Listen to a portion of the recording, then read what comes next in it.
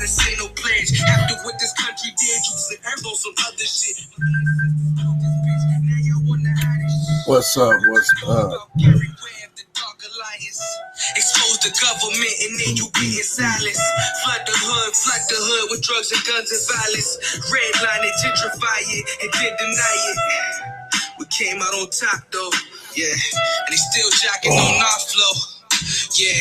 And we still getting knocked down like dominoes. We make an illegitimate child that don't know what their daddy is. America is an illegitimate child.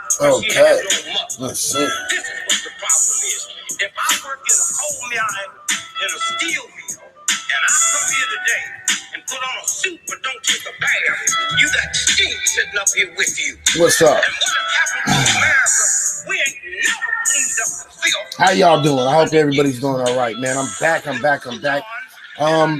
Again, this is who I am and what kind of content do I bring. Rob will be back shortly. Rob will be back shortly. And good morning. Alive, what's up? How you doing? Grundy, what's up? How you doing? What up, bro? Yeah, I feel you. Paul, how you doing this morning? Hope you're doing well. Hope you are doing well. So, what you hear in the background is my guy. His name is Lace 434. Song is called America Black Male. It is. I do have approval from him to play this. Just to let you know, I do have permission to play this from him. So what's up, everybody? How are you guys doing on GTA playing with my submarine? That's what I'm talking about. I ain't mad at that one right there, bro. I'm not mad, playing with the submarine and shit, I haven't been on Call of Duty in a while, to be completely honest. So I haven't played it in a minute. Let me see.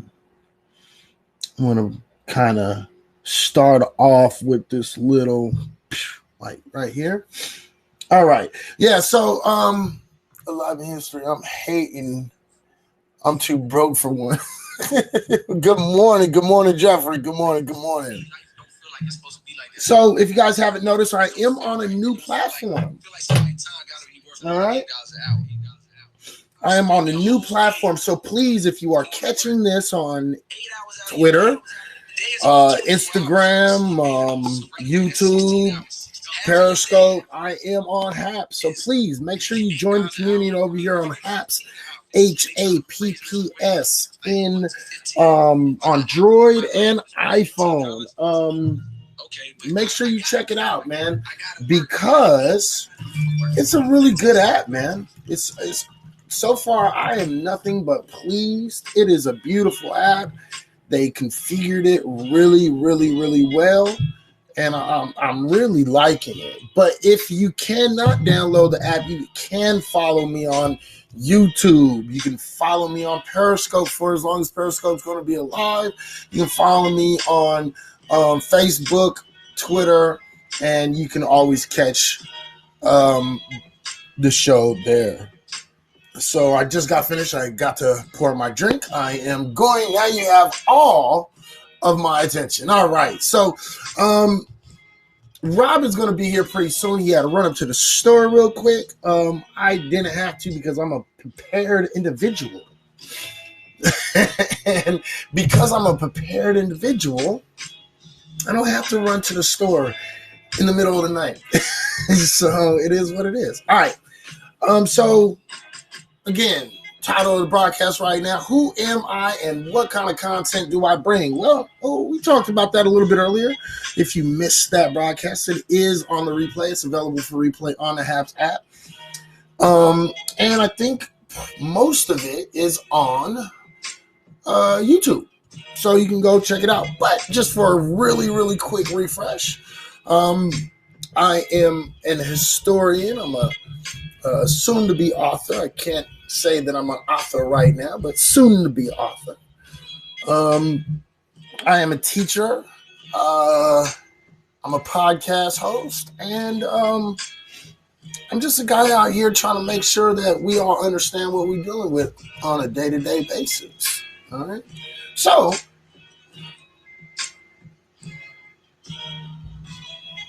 with that being said, I also have close to 35 years of religious experience, of the Bible, all Abrahamic belief systems. Actually, I am an atheist, but I do understand the Bible, what it says, and what it's supposed to be teaching. So we talk about everything in here. I talk about everything from religion to race to politics, current events, sports, entertainment. We talk about a little bit of it all. All right. Thank you. I appreciate that. Thank you very much. Oh, Twan, what's up, man? Here, let me put this up here real quick. I will open an invitation to you, Twan. There we go. There you are. And you are more than welcome if you want. You are more than welcome to jump in if you want. And let me see. What else? Did I miss anybody? Alive in History, how you doing? Fransman, Miss Fransman, how you doing, sweetheart? Please definitely. Oops, sorry.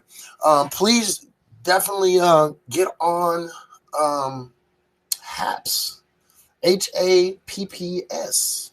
Download it. This is where everybody's going to be going. Well, everyone who has content is going to be coming here to this app, and that's what we're going to be doing. Sugar Booger's in the house. How you doing? So, what do y'all feel like talking about? Okay. We got Donald Trump, or Joe Biden, who was basically confirmed. And all his electoral votes came in. So that's the end of the Donald. We still have the Proud Boys out here running amok, trying to act like a brand new, new age form of the KKK. Can I hear it right? The end has come for this app. Let me see.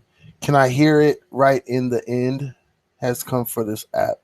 I'm kind of lost. Oh, shit. Yeah, you can see Periscope comments. Absolutely. Can I hear it? Right, the end has come for this app.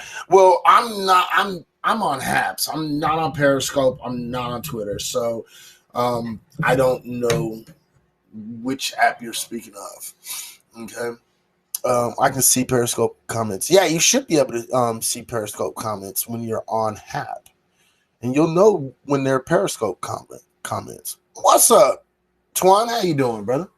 Hey, what's going on? How you doing?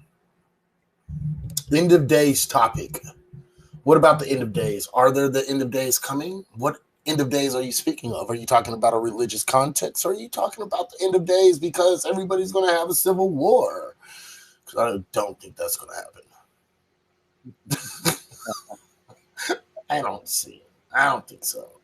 What about you, Twan? You think there's going to be a civil war? You're asking. See, and I can't say off the record on this one, huh? Can't stay off the record on this one. But I'm only asking for your opinion. So, you know. What I mean? So yeah, no. From a very perspective from a journalist in covering protests, I think that there's a small level, and I say small level, micro level, of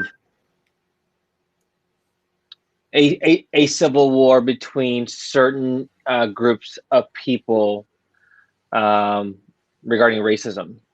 Right, and that's when, and this pulls it back to what we see in the daily news: Proud Boys and Antifa, Black Lives Matter, and kind of the clashing between both groups and what they stand for, etc.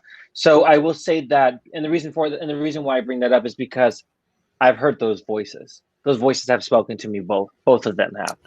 Both wow. Sides. And they both Built like, I'm sorry to interrupt. Built Like This made a comment. I don't know who this is. This is a Twitter comment. And he said, I'm going to read you what he says. He says, niggers are the reason truth is corrupted. Quite literally, it was a quote.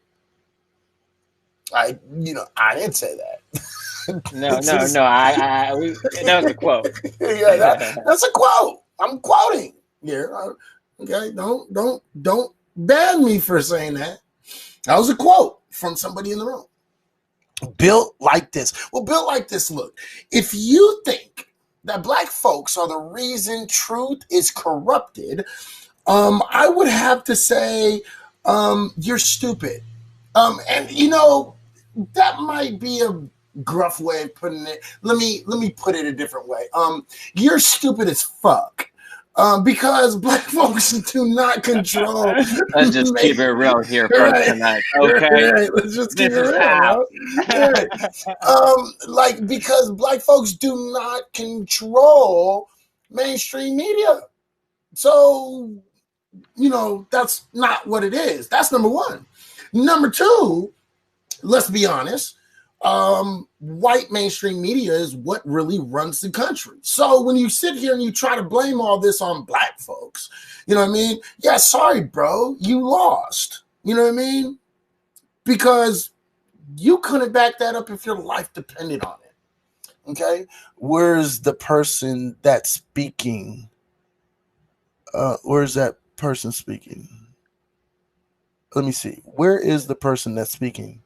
Oh, they can't see on the screen. Oh, my bad. Let me put you on the screen. My bad. There we go. Oh, there I am. Hey. There we go. There it goes. There goes Twan. All right, everybody, if you guys don't know, this is Twan St. Patrick, journalist. He's out here on the field, and he's always out here doing his thing. So that's what it is. Sorry about that, you guys. Thank you for having me. I appreciate it. No worries. No worries. Yeah, I can't sleep. It's one of those things as journalists, especially me being an investigative journalist, it's just like always have to keep up with the clock, what's going on. Mm-hmm. Oh, hey, look who it is. Yeah, that's wild. That's wild. That's wild. Right. So keep on going. What was you saying? You're up. You can't sleep. I get it. I totally understand that. It's it's a lifestyle. And I think that it's kind of, we were talking about this a little bit in our previous panel briefly, but yeah, it's just a lifestyle that at some point you're just gonna have to pick. And I'm blessed enough. The journalism life. Yeah, me being up this early and different hours, taking naps throughout the day, budgeting out my time and meetings and conference calls, and then also creating my own content, etc. So there's a lot of moving parts to it. Mm-hmm. But at the same time, I always bring myself back to it. Hey, Twan, you're living in the American dream. You're literally the first generation to go to college, go to school, and both my parents are immigrants. So remember your humble beginnings. Absolutely. So keep doing the work. What's up, Tanika? Tanika, how you doing, sweetheart? Come on, Haps. Please download Haps and support us over here. We're on a new app. We're not on Periscope anymore. We're on a new app, HAPPS, Haps. Download it, add your boy, come on in, and have some fun. All right, keep on going. I apologize for interrupting, sir. No, not at all. Hey, I'm in no rush. Right, I'm not either. See, because I'm up. I'm learning new things right now. I'm a little juiced. I'm feeling a little good because I like. We have this new platform. We're feeling really good about it. It's working really well for the most part. I'm really proud of how it's working right now. And because of that, I wanted to come back on, make sure everybody knows. And I think the start of our conversation is kind of really, really Haps okay, but I prefer Periscope. Yeah, you know what? I don't. I'm sorry, I don't. Damn, like that. Yeah, I don't. I like Haps way better. Haps is 100 times better than Periscope. First, the number one reason is because of all of the things it allows you to do. Right? You can multitask in one place. Next reason is it's because this seems to be an app that's more centered around real content and real people that's trying to do something. Not just a whole bunch of people sitting around going, ha, ha, ha, ha. You know what I mean? Sticking out their thumbs, calling people names, trolling. You know what I mean? So for that reason, because of the content that I come with, I personally like this platform a little bit, well, actually a whole lot better than Periscope. You know, let's just not lie. So, and Periscope is going away. It'll be gone by March 2020. Periscope will be in the past, and we'll all be saying, "Remember those days when we were on Periscope?" I'm gonna try to forget them days when I was on Periscope. Right. So, you know, and so when the Civil War happens, right. Yeah, when the Civil War happens, right. You know, and we got Twan out here, you know, right on the scene, and we're sitting in here talking about, man, I can't believe we're going to war, right? Right. and we're giving you guys this information. You guys will totally forget about Periscope. You guys will be like, "Huh, what? Periscope what?" Right. Yeah. That's all it takes, man. All it takes is just something to happen, and everybody forgets about everything. Everybody literally just forget about everything. It's amazing the way people's memory just wipes. Right. Quick, and you know, I'll be honest with you. I logged on today, and all of a sudden, I saw this influx of people going live on this Haps platform. Now, mind you, I've been with this platform a little bit under a month, but just between the month and today, wow, because of Periscope, I can tell you, people are just now jumping on it, and I'm just like, oh wow, this is really growing. Right. Well, see, the thing that's good about this app is that it has so many powerful features. You know what I'm saying? Like, you actually have to be able to create content and be able to understand exactly what you want to do and exactly what kind of message that you want to put out in order to be relevant on here. I really can't see an app that's this powerful, people wasting their time with nonsense if you don't have anything of value to deliver. You know what I'm saying? Right. No, and I absolutely agree, because there's so much at your disposal right here, right? And if you really want to establish yourself as far as bringing in content, really going out there, trying to, put your name out there, trying to really do something right. Hey man, this is a great start. This is easy for everyone. You know what I mean? Michael, what's up, brother? No, it's all good, brother. It's totally all good. Michael, if you want to come up here, I'm going to send out invitation, and you are most definitely welcome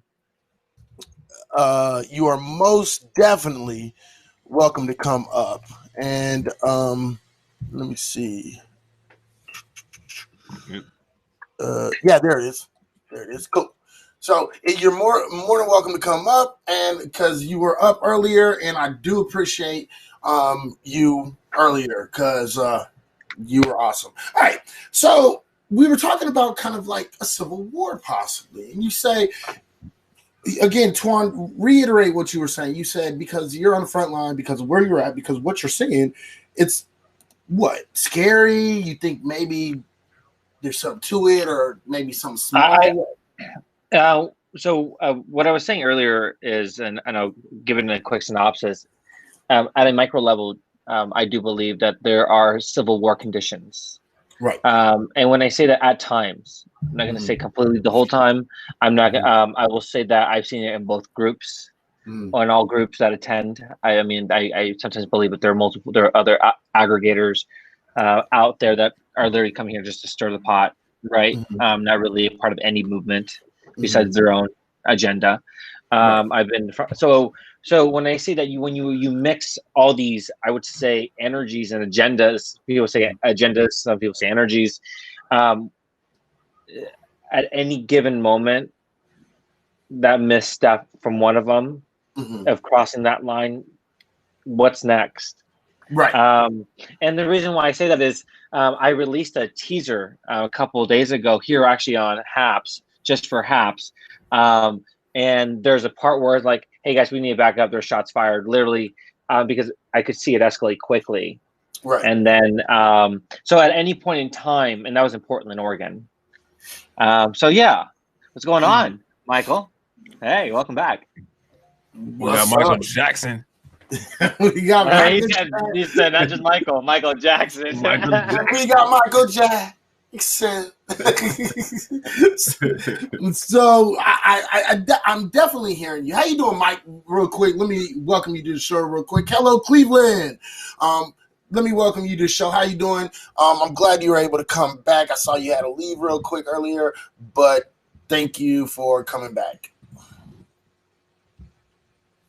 My man down there from Cleveland. Hello from Akron, 330 in the house. What up, 216?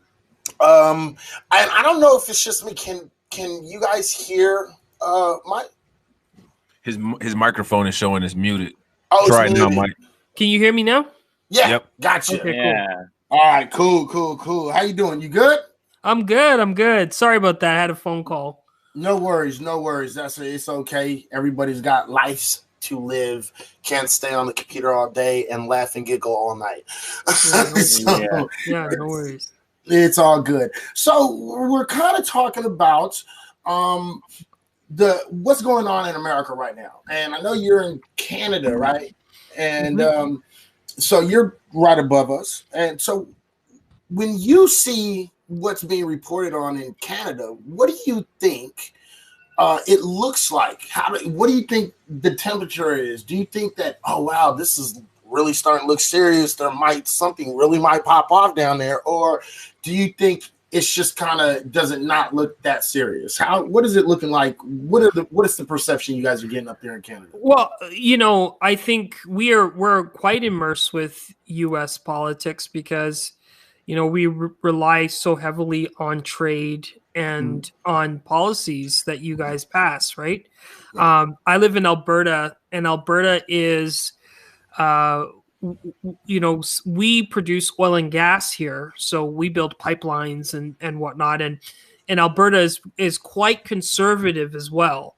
Racist motherfuckers in here too, but conservative, and so a lot of people, we're the only ones that, like Alberta, we have less people than some of the other provinces, but we have the highest COVID rates per one of the highest rates per capita, because they are like it's almost like Alberta's like Florida, where people are like gun-toting Trump supporters that they don't believe in the mask and they think it's all hoax. Right. So it's like we are watching this. I'm watching it from two different perspectives.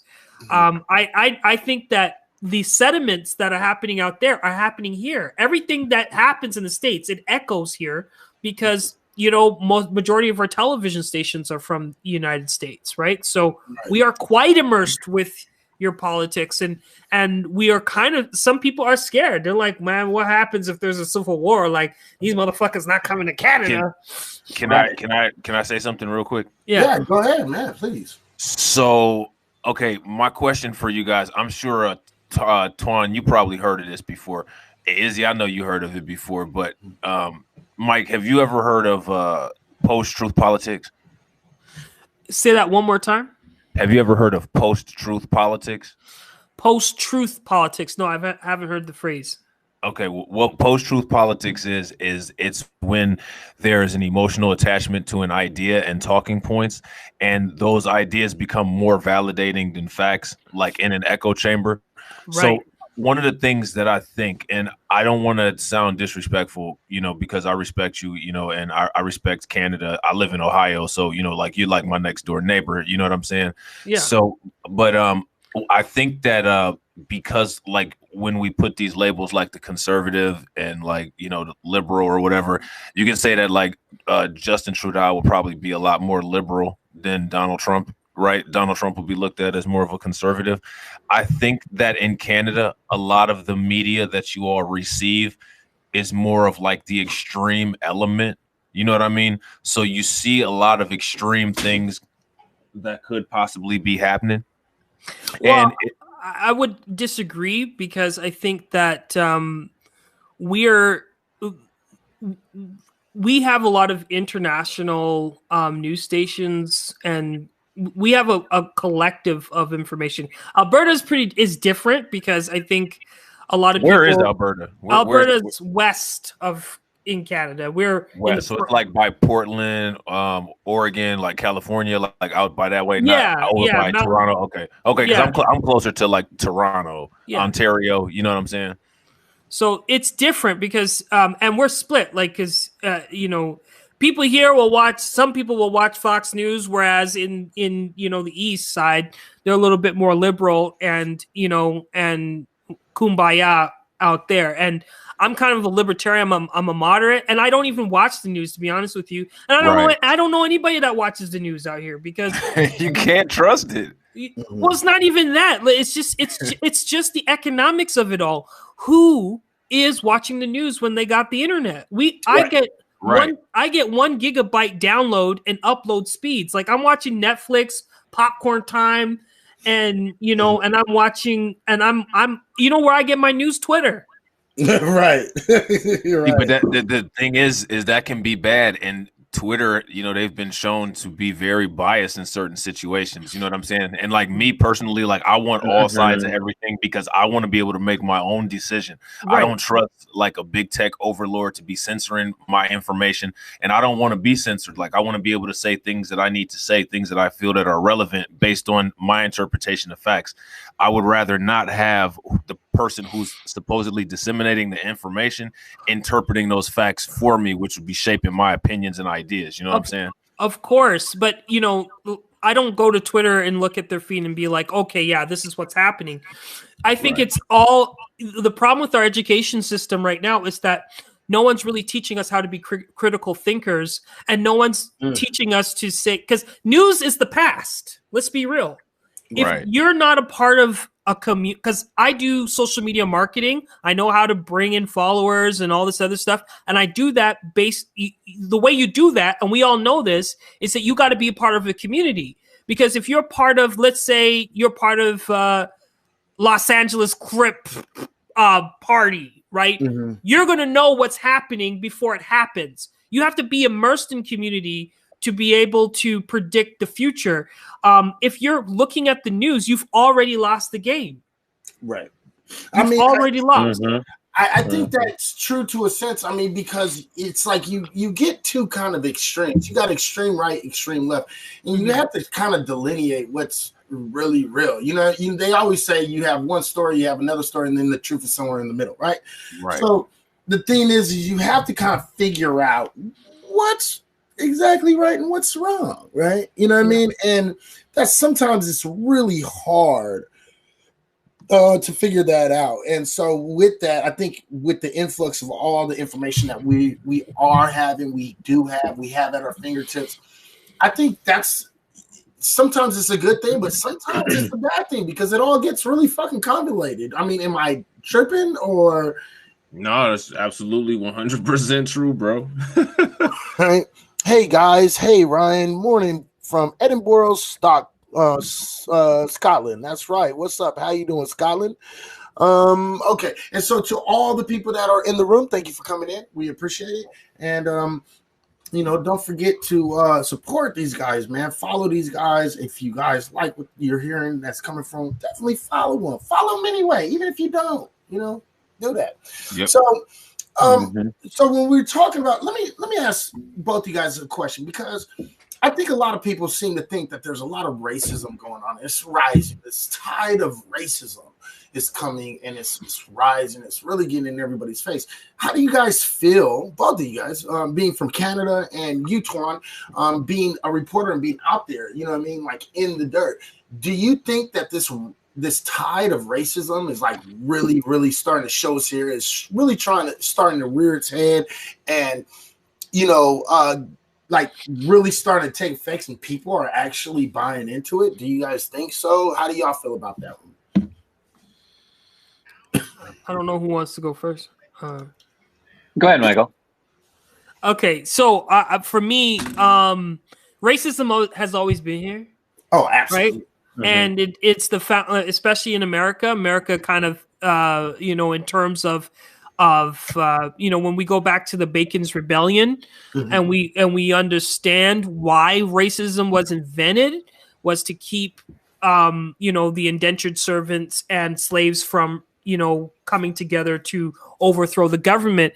Mm-hmm. And, I think we're seeing this resurgence because when all this racism conversation started happening, mm-hmm. This was around the time where people were talking about 5G and how harmful the 5G frequencies were. And we were talking about COVID. People were being locked, we're being locked out of our jobs and we got to stay home. And people at that time, they were taking their guns, mm-hmm. Going to the state capitol or whatever and saying, hey, this is we're you're not going to take away our freedoms. And then all of a sudden you see George Floyd and you see the cop look directly into the camera like, nigga, what are you going to do? Right. And then everything, you know what I mean? Like it mm-hmm. just kind of spiraled from there. And I think we need to the thing is that I understand that racism is a social construct. But at the same time, I know as a black man, I still have to, even though I know it's a made up construct, I still have to fight for my agenda, for the things that I need for my community. Mm-hmm. So we are forced to fight, but at the same time, the racism has always been here. The only thing that this is doing right now is just putting light on the sediments of communities that have been silent for quite some time, especially in the white community. White people don't like Black people. They don't like people in general. They just they're but now being forced to tell people the truth. Right. Twan, what you think? The same question goes to you. I mean, give your full idea, and I want to touch on this concept of racism after that. So go ahead. Yeah, and well said, Michael. Racism has always been here in America, especially, and me being an American, all I can speak to is the country I've lived in. Mm-hmm.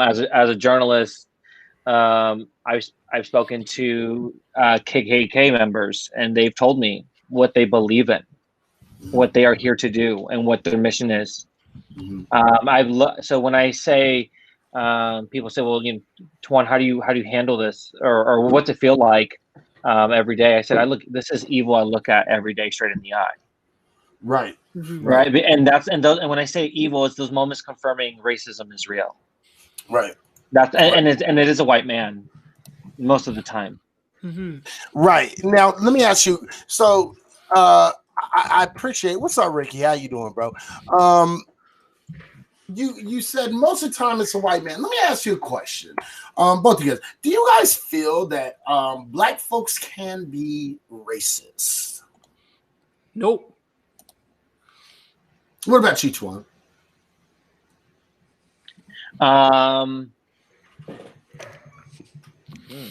That's a good question. Mm-hmm. Michael says no. Michael says no. I'm going to say is that no, but I've definitely seen some racist behavior from a Black person. Okay. Let me ask you a question. Okay. So, can you give me an example of the racist behavior that you feel you've seen from Black folks? Normal, and actually, me observing this wasn't even from me. It was yes, I observed this, but it was at a Make America Great march. Mm-hmm. Actually, this past weekend. Okay. And the Black gentleman, I guess, wasn't acting like a gentleman at the time, but he was being very using racial slurs against other Black and brown people, which his opposition at the time was Antifa, or known as Black Lives Matter. Mm-hmm. So in the moment, some can interpret his behavior as being racist, aggressive, demeaning. And in that moment, it's still and it makes you look back because like it makes you look twice. It's a black man behaving that way against another black man. So let me ask you this, because the only reason I'm questioning because you're the only one that said yes or possibly you said no, but I've seen something that kind of. So I want to ask you something. What would you deem racism to be?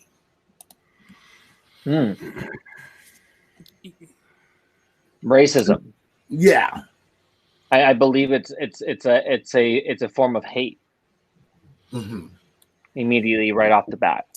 That's the first thing that comes into your head. And for me, it's just hate. I mean, it's an evil play. It's just not welcome here. It's something that doesn't set well with my soul. I mean, I can tell you that's why I do what I do in my work every day, putting my life on the line. You know, I've been confronted somewhat by black women and black men, even as a news reporter. Will you put your life on the line for me? Guess what? Yeah, I have. I have in these moments where, just to be briefly, at a moment where I've been pepper sprayed, tear gassed. I've been reporting in this city alone. And I was lucky to get an ACLU legal observer, walked me and cleaned me up, and I was right back at the line again. Why? Because I truly believe in me having to educate and be that outlet for our Black and brown community. It goes full circle. Bring it back. It all connects. So on purpose. So Mike, real quick, Michael, let me. I wanted to kind of ask that. And out of the panel that we have right here, and if anybody in the room wants to, kind of vote too, I don't mind hearing from the groups, everybody that's writing. My question is, would you be surprised if I told you racism had absolutely zero to do with hate? How many people would be surprised if I said that? Put a 1 in the room. And if any of you guys would be surprised if I said that racism has absolutely zero to do with hate, what would you say? I would agree with you. I would agree. Because, the semantics, that's the thing. It's like we are not teaching this stuff in schools. We are not keeping up with the history. And we are not looking at the definitions because people use racism definition that they get off of Google. Right. They're not even using the right dictionaries. And racism systemically is, racism has to do with inferiority of one race over another. And the concept of race wasn't implemented until after the Bacon's Rebellion. So they've implemented systems of oppression to create that inferiority, which is, the cops. There wouldn't be no cops if it wasn't for Bacon's Rebellions because we had the slave patrol, right? So you have all these systems of organized suppression to keep people divided. I think that racism is a tool. It is a form of classism. And I think that, I don't think that, and I think that people that use racism as hate, they're the bottom barrel of it all. They think they actually are fucking different. They're like, man, fuck these niggas. You know what I mean? And they're running around, toting their hatred when we all know it's out of ignorance. But the true form is the fact that these elitists and the people that have the money are using those systems of control to keep people from overpowering the government, keeping people from uniting. So I definitely think it's a political tool. Can I jump in on this, or do you want another question? Sorry. Well, I was going to go in, but go ahead and make your statement because I'm actually going to go a little bit deeper into this word, actually. So go ahead. So Izzy, you and I have talked about this before on previous scopes and things like that, and previous platforms. And the thing is, with racism, no, black people cannot be racist. They can't be racist because they're not organizing a system to oppress another ethnicity. They're not doing that. And since they don't have the power to overwhelmingly do that, they are not racist. Now, prejudice ideals towards other ethnicities, yes. But we all seem to have those in little bits and pieces. But as far as racist, no. Racism as a systemic way of oppressing another ethnicity, no, they don't have the ability to do that. So they are not racist inherently. Right. Inherently, that's a funny word that you would use at the end. We're gonna get to that a little bit. I meant like obviously, but I may have used the wrong word. Right. So this idea of racism, black folks, and I'm gonna prove it in just a second. Black folks can be prejudiced and we can be bigoted, but we cannot be racist. Now, the reason why I can say that with confidence, okay. Individuals can't be racist. Well, depends on the context in which you use it, because we have to understand this context and this idea. Okay, so what I say is this, and all white folks can use, all white folks can actually answer this question if they want, and we can talk about it. Oh, and real quick, for everybody that doesn't know, if you're on Twitter, if you're on anything outside of Haps, this is the new app. Make sure, make sure you tell Leo that get on here. Hurry up. Haps, H-A-P-P. Excuse me, H-A-P-P-S, Haps. This is the new app. This is the new homeland. Periscope is dead. Hurrah, hurrah. The king is dead. Okay. So racism. Racism comes from this word, a few different words. Okay. It's racialism. Okay. And a racialist. Okay. And so when we look at these words both come out of a foray or a time that we were talking about more so fascism. And anybody that understands fascism, you understand that fascism is not the same thing as racism, but they're kind of along the same lines in a sense, right? But understanding fascism is to better understand the word racism. Now, when we break this down, I want to ask Black folks or minorities, how is racism on a day-to-day basis? Wait, how does racism affect you, negatively affect you on a day-to-day basis? Outside of your friends, okay? How does racism detrimentally affect you on a day-to-day basis outside of your feelings? Can I answer this one? Yeah, go ahead. Because my two kids who are 8 and 10, or who are 9 and 11, have no way of not being able to be at a medium wealth gap of 0 in 2053, which they'll probably be about, 30, 40 years old during that time. No way to get out of that demographic. They have 0 way to get out of it. So basically economics. Okay. Economics. Right. So what about you, Twan? How does white racism detrimentally affect Black and brown people on a day-to-day basis outside of feelings? Shit. I mean, I'll just keep it very basic. Being from New York City here, I sometimes can't even get a cab. Right. That's true. So ability to get around. Okay. What about you, Michael? How does racism, white racism, detrimentally affect Black people on a day-to-day basis?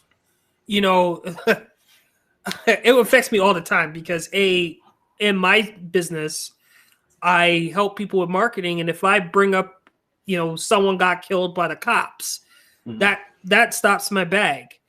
If and when I'm dating, I live in a all white city, even though we're diverse, a lot of white people here, and the way that they view, the things that they tell their children, don't date Black people. And if you are going to date them, just sleep around with them until you're ready to settle down and to do your thing. So, we are being affected by racism colorism and you know, and everything that overlaps, right? I walk out, everybody knows what I am. They always ask me, I'm born, you know, that's the thing. My son at the school, his teacher's like, where are you from? Where are you from? You from Africa? And I had to talk to the teacher and be like, yo, you can't ask these kids these, because I was born in Canada. I was born here. Most people are not even born here. But people still ask me where I'm from. And they're like, brother, where are you from? I'm like, I'm born here. No, where are you really from? Africa, motherfucker? Like, I would have been like, Canada, nigga. I don't know what the fuck you're talking about. Right? But anyway, no, but real shit. Because, and the thing is we can just break this down. You're absolutely right. All of you guys are absolutely right. We're talking about economically, socially, judiciously, educational wise, and we're talking about in many different ways that come from those things, those factors, right? So the next question for all the white people who are in the room that do not believe who believe, even, you can believe that black people can be racist or anything. But my question to all the white people, and you don't have to give me an answer, but you can. Dear white people. Dear white people, how does black or black and brown racism detrimentally affect you on a day-to-day basis? It doesn't at all. I mean, dude, can I stick with my answer of saying that black people can't be racist? So it doesn't affect me at all. People could be prejudiced and say you're white, so you're fucking stupid or whatever. They could use that, but that doesn't really affect me. I go on with my day. So no, I think prejudice versus racism is a way that white people can brush it off our shoulders, but we use it in a way, and I don't mean we like me personally, but in general, white people use it as a way, racism, to keep down someone else that does not look like them. Right. So that's and I keep on. I'm looking at the comments in the room. Eleanor says it doesn't. Paul says it doesn't. You see what I'm saying? And it doesn't. And this is the way we know that black folks cannot be racist, because when you only own 2% of the resources in a given country, how is that possible? It like, even if you take away the race aspect, if it's a certain group of people, like say for instance we're talking about women, you know what I'm saying? If it was women who only own 2% of resources in a given country or economy, how could women possibly oppress whatever the rest of the whatever the rest of the population is? You know what I'm saying? Like if we have a pet store and all the dogs had the locks to all the cages and everybody else was in the cage, then how could they? You know what I mean? Like you can apply that example to a whole bunch of different situations, and it still holds. You know what I'm saying? I mean, there's certain things on case by case basis, but even those things on case-by-case basis, those are peer-to-peer interactions and not so much things that are structurally, woven into the fabric of society per se. Like peer-to-peer instead of community, right? Yeah, exactly. Right. So with this being said, I just want to point out that black folks can't be racist. Now, again, we can be bigoted and we can be prejudiced as fuck. Okay? So if I sit around here calling fucking Pat, if I sit here and I say, if I say to Pat, hey, Pat, you cracker, that's me being prejudiced or bigoted. It's not me being racist. That's me being, prejudiced or bigoted. And a lot of people don't understand it. But here, I want to make sure you guys understand this. Somebody calling me the N-word, it's not racist. It's prejudice. It's bigoted. It's a name call, right? That's what that is. And people need to understand the difference between the things. So is no hiring white people in South Africa racist? You know what? I'm not even going to dignify that with an answer. You know why? Because that is the biggest myth. It's not like white people are having a problem in South Africa. Don't even come over here with that bullshit, Ludwig, because I don't play that. And is he talking about the apartheid South Africa? Well, because I don't play that. And I don't play that because I'll rip you to shreds. White genocide going on in South Africa, bullshit, and I can prove it. Okay, white people can't get a job in South Africa, whatever, bullshit, I can prove it. Okay, 7% of the population owns almost 76% of all capital in South Africa. So suck my dick. Don't bring that shit. Don't bring that shit over here because I will rip you to shreds. Okay, so don't even try that shit. White people that can't get a job in South Africa, bro. Name me a white person that can't get a job in South Africa because a black guy ain't gonna hire him. Right. I'll wait. Well, can I, Izzy, to on top of your other point though, you said if a white guy calls you the N-word or someone calls you the N-word, it's just bigotous and it's prejudice. But see, I would disagree slightly, only because the N-word was at least used while oppressing the race in which it's, or the ethnicity in which it's used against. So I would say slightly it's racially attached. Instead of calling me cracker is a different thing because you're calling me that an ethnicity who was oppressing your ethnicity. Yeah, and a lot of people think that cracker being saltines, like, you know. Well, pasty. I mean, But Jesus. it don't mean that. We know that. We all know it. Though. I'm translucent, and that's why I got the nice light. Anyways, So the thing is like when we sit here, that's hilarious. You know, this black guy saying the same thing here in the U.S. I'm lost, bro. I'm a black man, love, much respect. I don't know what the hell you're trying to say at all. Okay, but anyway, if you want to try to, make it better or try to, tell me something else or make it clear of what you're trying to say, please do rewrite it. If you can't quite write it because there's not enough characters, this is what I'm going to offer you to do. Go ahead, get on apps. Get the app called HAPS, HAPPS. Okay, download. Make a profile, and then come back in the room. Let me know that that's you, and I will let you up. I'll invite you up, and then you can explain what you mean. All right. Outside of that, you're gonna have to figure out a way to write that in a clear way. All right. Now, so I would have to disagree. I understand in the sense in which you're coming from. I would have to disagree because at the end of the day, what we're talking about is a name. We're talking about a name. Yes, we understand the name, but a lot of people don't really understand the name, where the name comes from, how far back the name comes from, because the name actually goes back all the way to Nagas, right? Nagas turned to Nagas. That name turned to Negro. Okay, into the Latin, negro turned into negro, negro turned into nigger.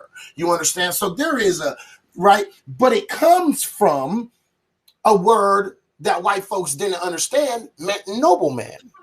Mm-hmm. You understand?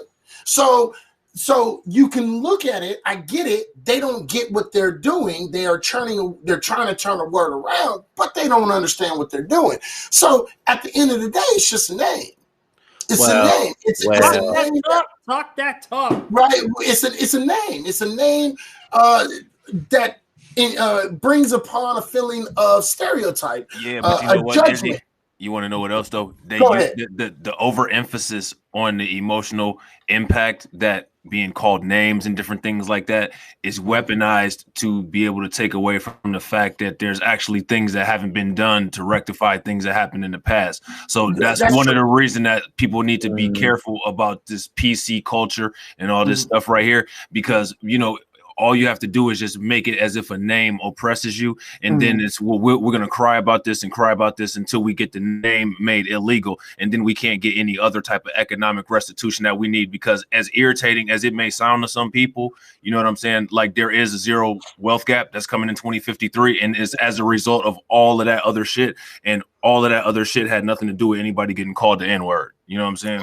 Yeah. Okay. And I can accept that. I can totally accept that.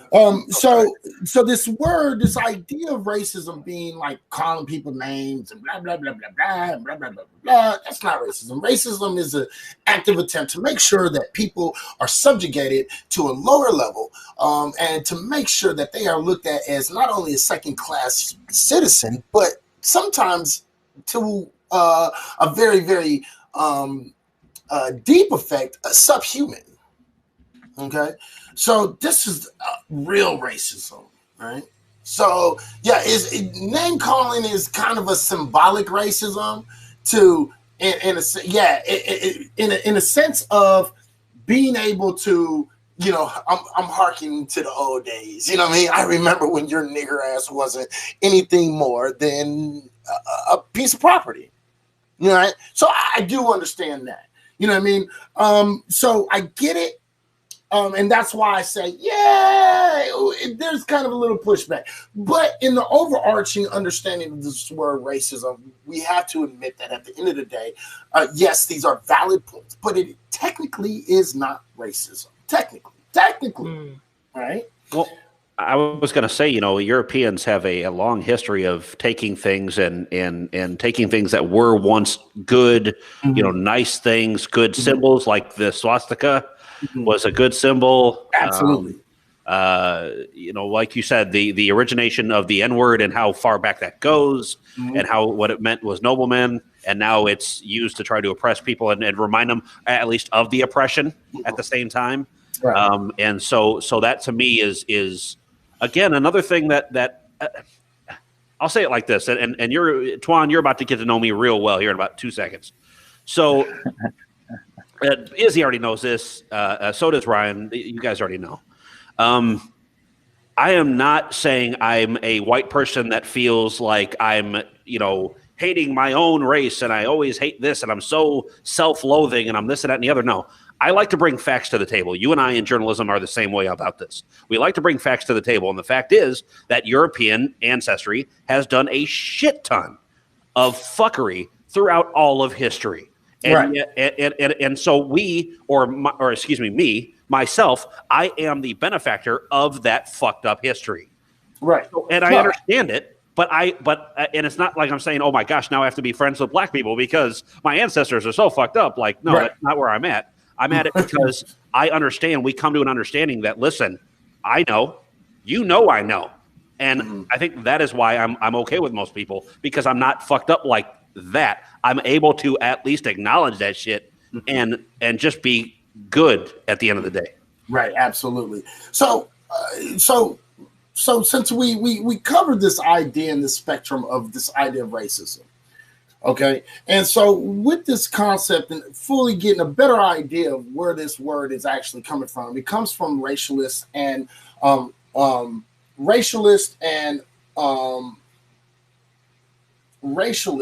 what the fuck was that goddamn word? I cannot remember. Maybe it's because I'm drinking Hennessy, but excuse me.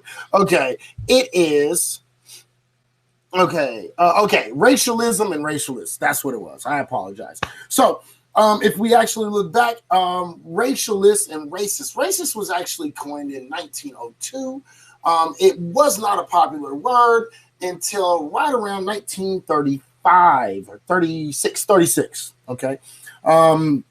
And so we have to understand it didn't become like this popular word until right around 1936. So when we understand this, racialism and racialist, right? So when we understand where the context comes from, it comes from a context of fascism, not this concept of racism in which we live in today.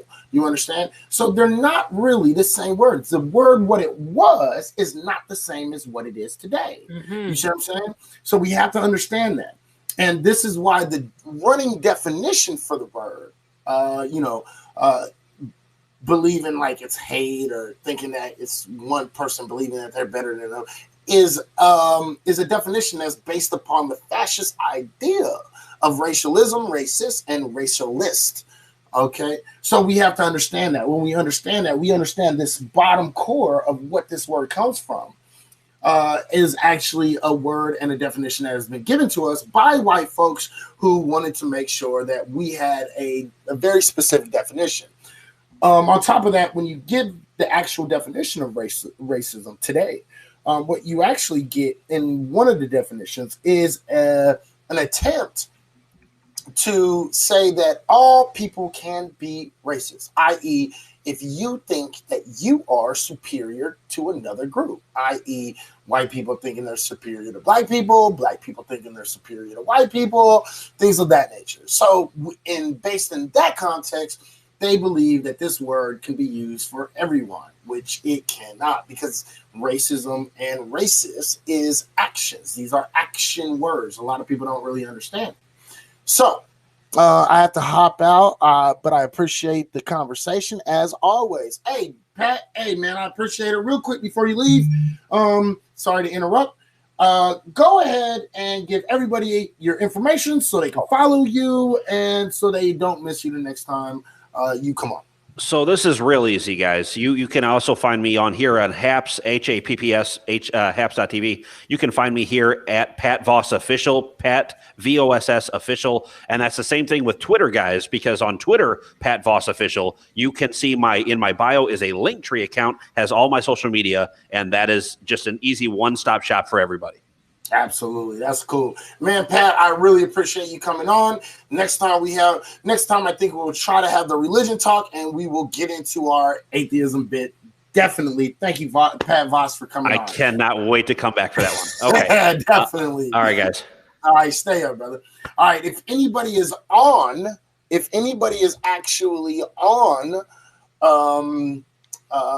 what is this called? HAPS, and you're logged in under your account, and you want to come in and you have something like significant to add to the conversation, please, you're more than welcome to do it. But make sure you have something to add significant. Please know I'm trying to stay away from these personal stories. I don't want to hear personal stories, things like that. We want to keep this in a scholastic learning environment. Make sure that we all are offering something that is going to add to this group. Okay.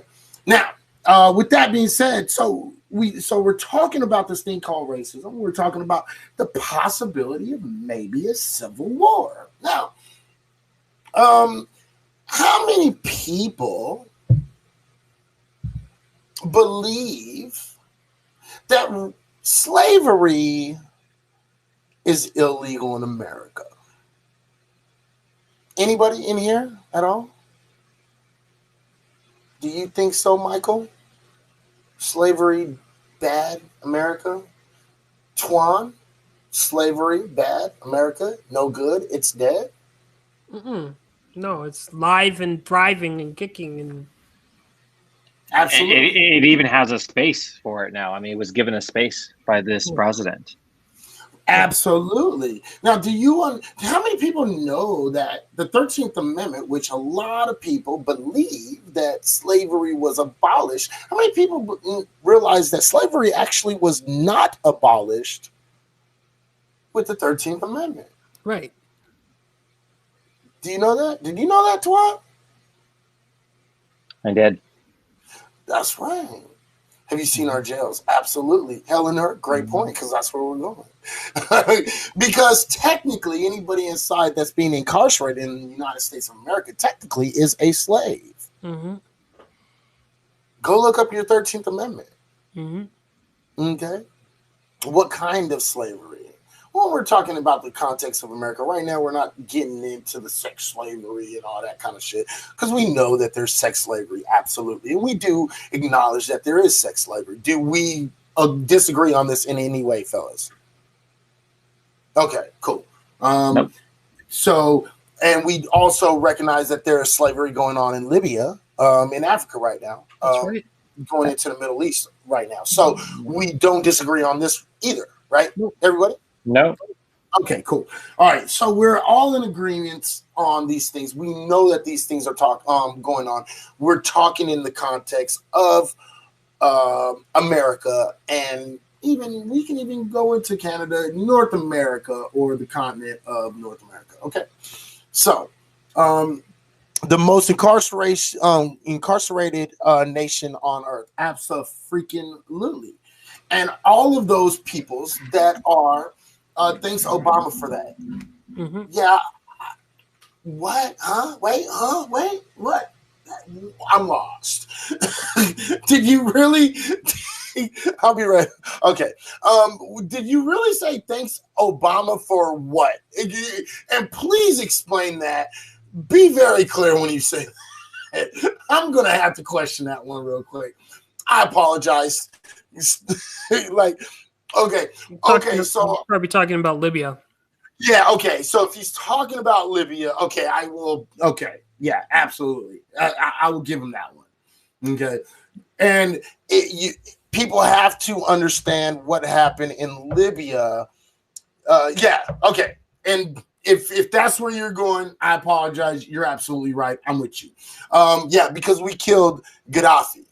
And when we're talking about Libya, Obama is the biggest treacherer nigger. Who said that? Flamingo, carousel pony. Yeah, exactly. The answer, that's the answer right there. Answer's right in the name. Obama is the biggest treacherer nigger. I don't know if I should take that offensively or not. Troll. I think it is. I think that's a troll, definitely a troll question. I mean, statement. Yeah. And again, Flamingo, I'm going to ask you to keep your racism to a minimum in here. Because Carousel, I know you, and I know you come from Periscope. So I am going to ask you to keep that to a minimum, first and foremost. Keep that to yourself. I don't need a whole bunch of N-words flying around just because you don't like Obama. That's number one. I can't see Twan and Blacklight. Yeah, they went off camera for a minute. Oh, okay. They both said they'll be right back. Yeah, it is a bad attempt at trolling. So this is what I'm going to need you to do. Please kind of explain what you mean by Obama is the biggest treacherer nigger, and explain and don't use the slurs. Let's have a little bit of decorum, shall we? All right. So give me a better understanding by that, and we'll get back to you as soon as we see you comment. All right. Sky Blue, thank you for the ad. Thank you for coming in. I appreciate it. And Sir Ludwig, the only racist that I have conversations with. Well, I should have said the only racist. I should say the only Nazi I fuck with. Okay. Now, with that being said, I think my boy had to jump out for a second, so that's cool for a minute. He'll be back though. All right. So yeah, let's try to keep it PG a little bit. So please explain that it was a typo. Treacherous.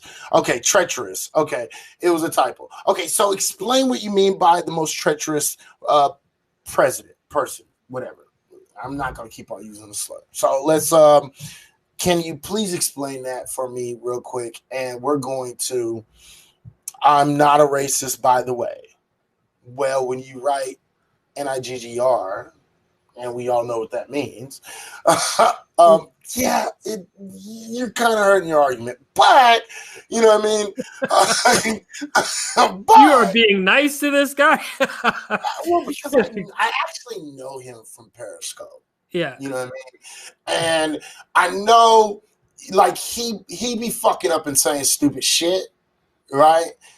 But sometimes he comes up with good points. You know what I mean?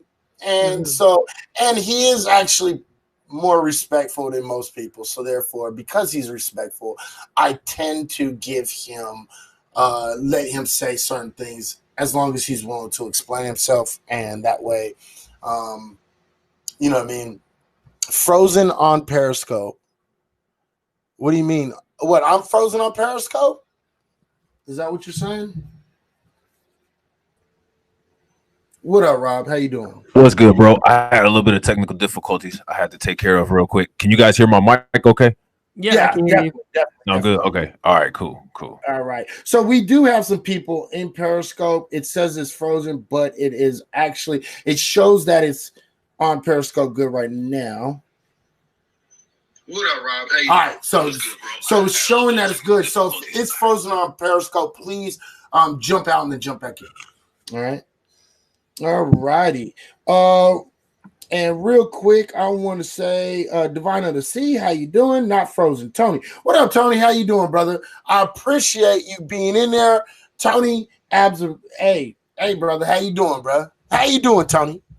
Man, get over here on Hap, bro. Get over here on Hap.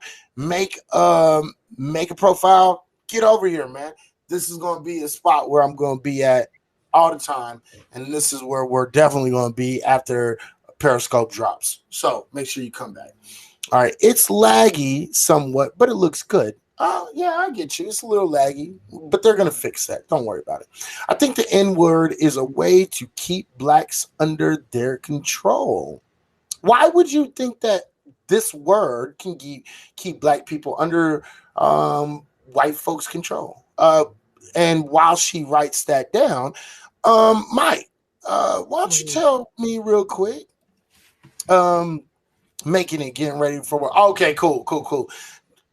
Can this word, the N word, can that keep you under white folks' control? You think so or no? I think there's two, like I was saying earlier, I think there's two levels of, racism or racist beliefs. I think the lower level where you have ignorant people, middle class people that just believe that, power is just in a word. They are the ones that believe in the okie doke. They believe in that symbolic racism, and the people that are against the word and they go fighting for the word, and then they cancel a person for the word, thinking that they're doing something to stop racism when the systems still remain, like the prison complex. There's a lot more to this conversation, and I think that people just ought to educate themselves beyond, because the N-word is always going to be an offensive word, and there are fighting words, to be honest. Like if you look up fighting words in the Black Dictionary, means that you can lay some hands on somebody for saying something that's inappropriate, but you have to go beyond the word and look at, and going back to what we were talking about earlier, exploring the definitions of racism and using if you understand you have privilege, using your privilege to dismantle the system, rather than focusing on these little minuscule things. Absolutely. Rob, you want to add something to that or not? Or are you good?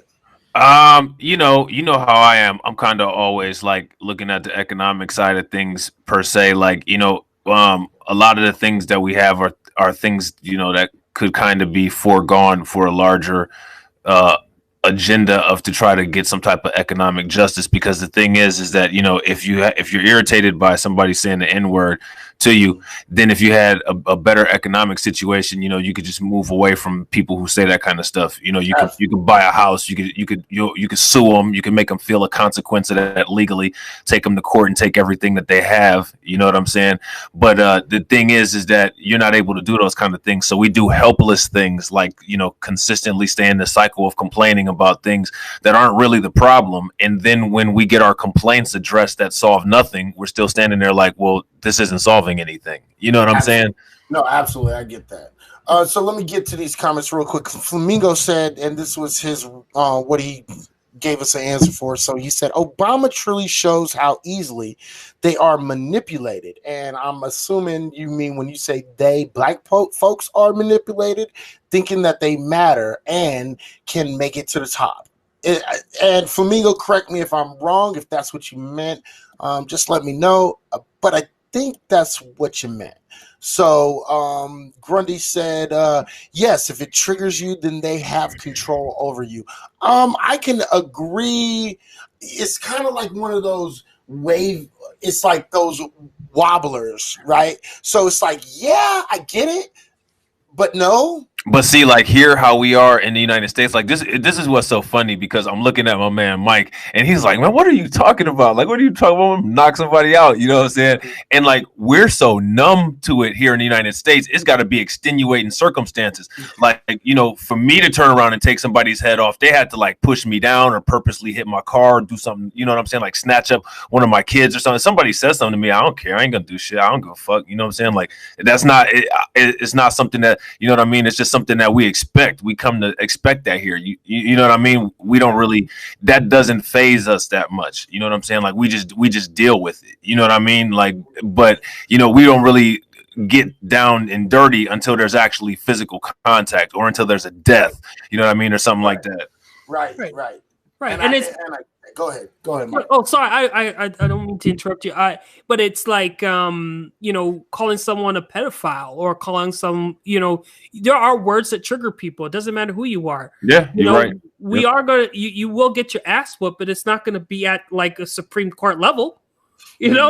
Right. It's not that it's stopping us because someone said the N-word, stopping us from getting into the car and going to our job. I mean, let's be real. I just find these conversations very deflecting. They deflect the problem and they get your mind off of what's really going down. Like voter suppression, right? That's racist.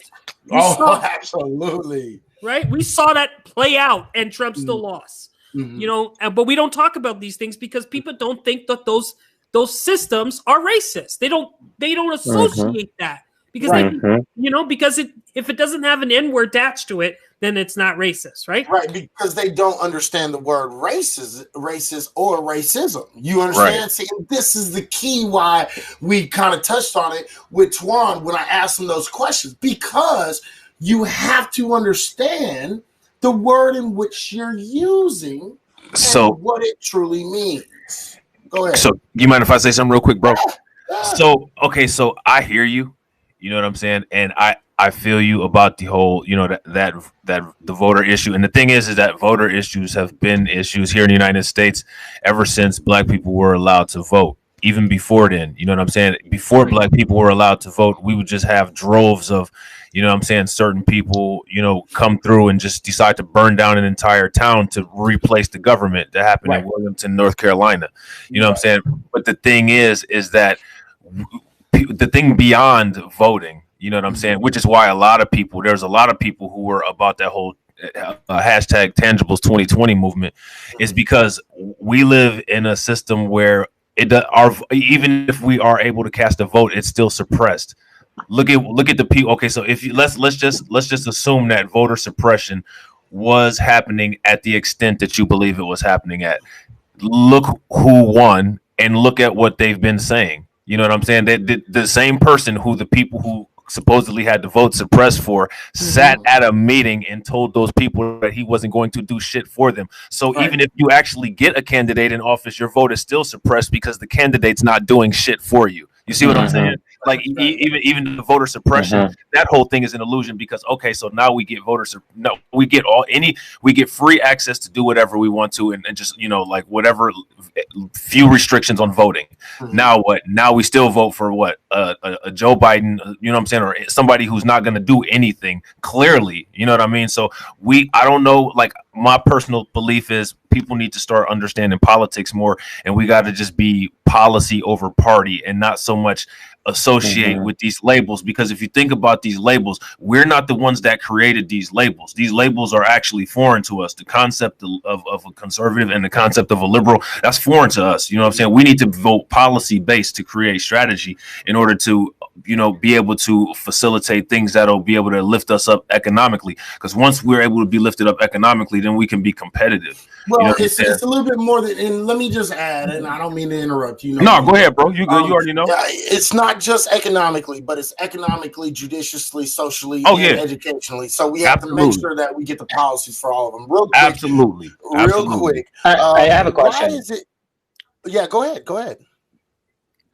I have a question. So do you guys believe that the younger generation has the necessary resources and tools right now to combat? No, okay, keep on going. You changed it up because I thought I knew your question. Go. Keep on. See, he had that smile. He tricked you. Keep on going. Keep on, my man. No, you're good. You're good.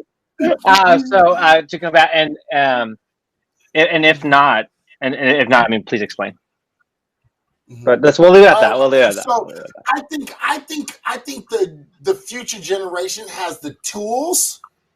I don't think they understand what we're dealing with enough. So because they don't understand what racism truly is, and because they don't understand, real quick, hold on. What's his name? Matthew Vick, I have your question in my head. I promise I'm going to answer that question. I apologize. We've been on some, but I'm going to answer that question, and I have it stuck in my head. Okay.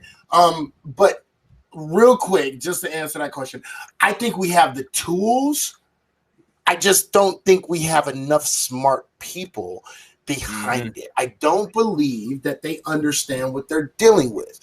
Right. When you talk to young kids, they think them being called a fucking N-word or S-word spit, you know what I mean? Or a fucking, ching chong or fucking whatever, like, a beaner or all this other shit. They think that's racism. They truly do.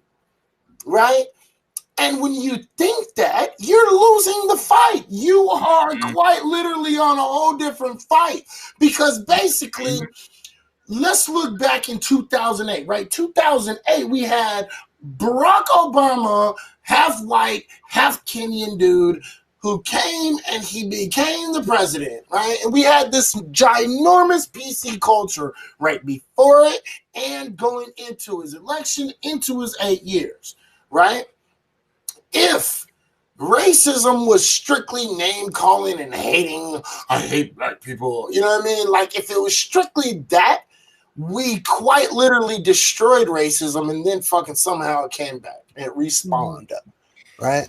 But it never went away.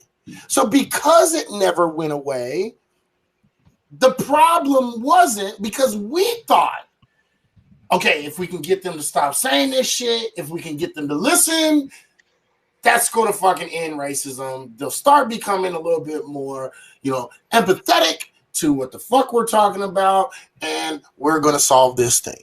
But it didn't happen. And you know why it didn't happen?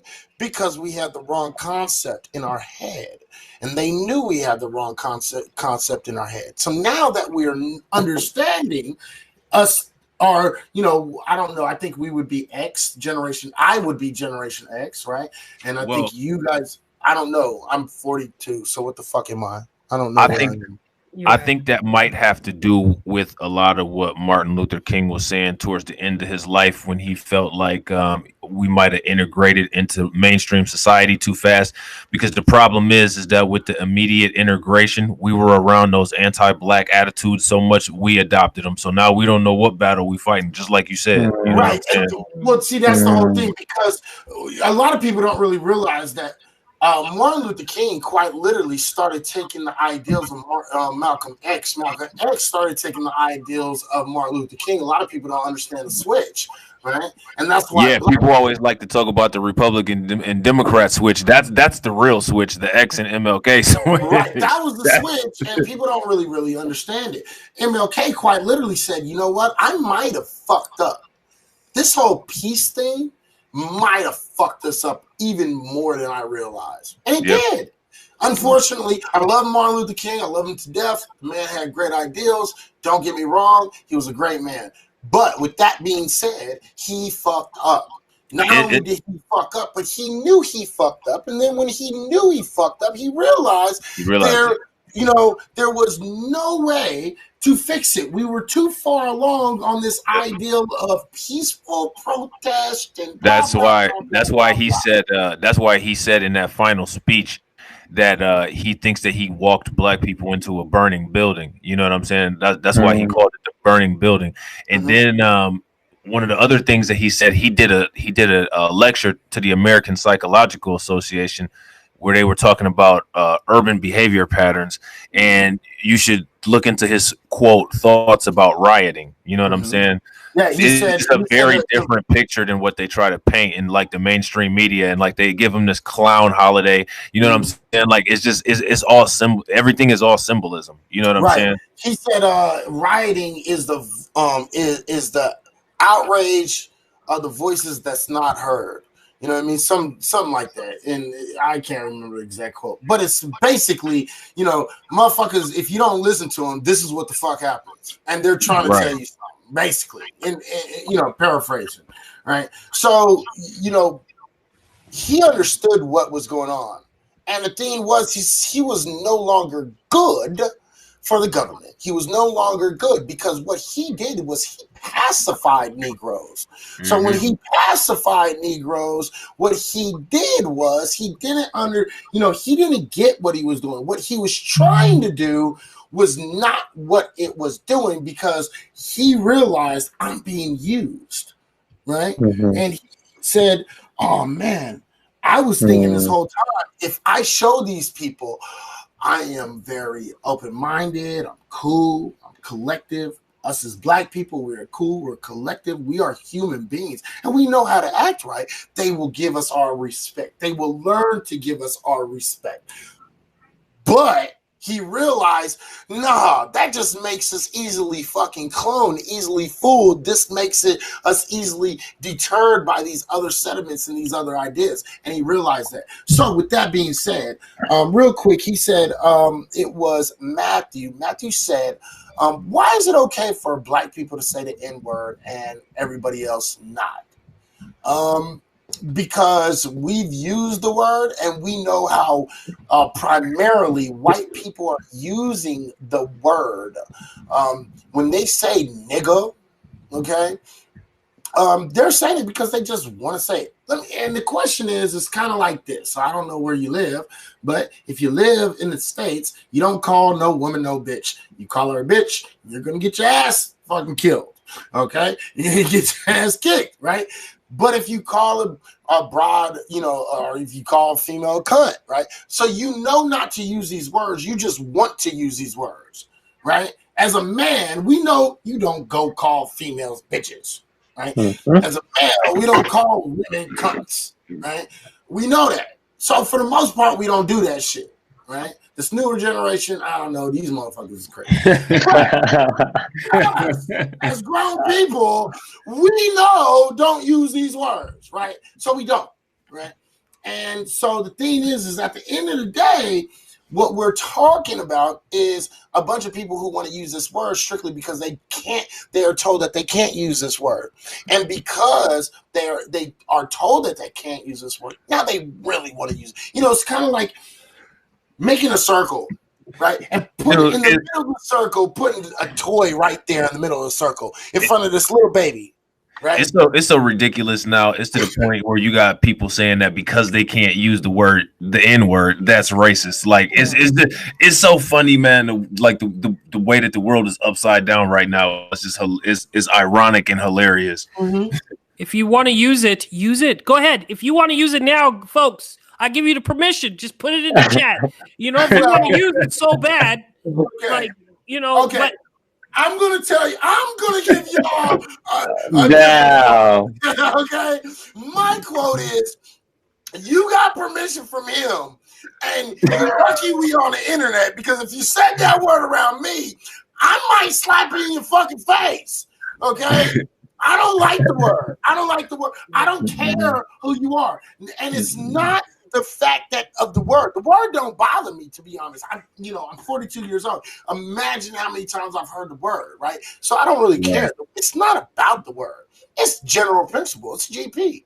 On GP, general principle, you think that you should be able to use a word. And on general principle, I say, yeah, fuck you. And I'm going to smack you in your face for it. You know what I mean? It's just that simple. So my thing is, if you want to use a word, yeah, go ahead and use the word. But there might be some repercussions on that shit. So I would suggest you know who the fuck you standing around before you use the word. Because there's going to be some Black folks that it's okay with. There's going to be other Black folks like me that say, yeah, right, try me. You know what I mean? So, and then you can't forget that small little group that's gonna actually fight you for being upset that they said it. Yeah. Right. And then there's that group. So like, I don't care that you said it, but I'm gonna smack you just because you had the audacity to say that shit in front of me. Right. Exactly. And that's the psychology behind what I said, is that, go ahead, use it. Okay. I'm gonna use it now. Like what is the burning desire to want to fucking use the motherfucking word? Like, excuse my language, but it just doesn't make any sense to me. And if you say it, you're gonna get your ass whooped. And I think I think that what people don't understand is that Black folks, especially those who are on American soil, those who are from the Caribbean, we are a new people. We don't have our culture. We don't have anything from our past. We are brand new people. We've developed our own culture. Our language is our language. We have probably Ebonics. People like to clown Ebonics, but the broken English is probably one of the most efficient ways that Black people communicate. And the N-word, we use that within our culture. It's ours. Yeah, it's ours. Not yours. It's not yours. We took it away from you. Fuck you. Suck my dick. Okay. And the thing is that it's kind of like, Twan, you said you are Asian and Latino, right? And Mexican. Yep. Right. Okay. So it's kind of like you ain't gonna allow somebody to sit around and call you either, Latino chink, right? You know what I mean? So you're not gonna do that shit, right? Of course that not. Shit it's disrespectful. And just because has it happened many times. Right, I'm sure they have. And so because of that, because we dealt with it in a different way, right? So Latinos and Asians, they didn't say, hey, let's take this word and turn it around and use it for us, right? Take the sting out of it, right? Y'all dealt with it a different way. Just don't say that shit around us, right? You know what I mean? And the thing is, with black folks was like, you know what? We're going to use this and we're going to do it in their face because now this is going to piss them off. You see what I'm saying? And that's what we did because we're like we're like, yeah, fuck you. You know what I mean? So it's a lot of people don't understand that. Different groups and different cultures, they'll just say, nah, you don't use that word. That shit's fucked up. And we are not going to turn it around to be able to throw it in your face. Us as foundational Black Americans and Black folks in America, I want to make sure you understand, we did that shit on purpose. We did not do that on accident. We didn't turn, hard ER to A just by shits and giggles. We did that shit on purpose. You see what I'm saying? Well, and then Michael was asking about that. Why do they have a desire to say it? You know what I'm saying? Right. Like in my opinion, because I thought that was a great question. That's why I wanted to try to throw that in there real quick before I lost it because I forget. But like, I think that the reason why people want to continue to push the issue is because it's like a constant reminder of a small piece of a control system that got lost. You know what I'm saying? So it's something that they want to get back. You know what I mean? And I don't think that people will be happy until they get it back. You know what I mean? It's almost like it's like playing flag football. You know what I'm saying? Like, despite the fact that the score is 5 million to 1. Right. You know what I'm saying? Like, we just can't have that 1 point. Yeah, you know what I'm saying? Like give us one. They got 5 million of touchdowns, and we can't have our 1 point field goal. You know what I'm saying? But like, it's funny like that. And real quick, hey everybody, let's get some more likes up in here. I don't know how many people are in here. That's the one thing that I hope that this app fix, and that's my only complaint.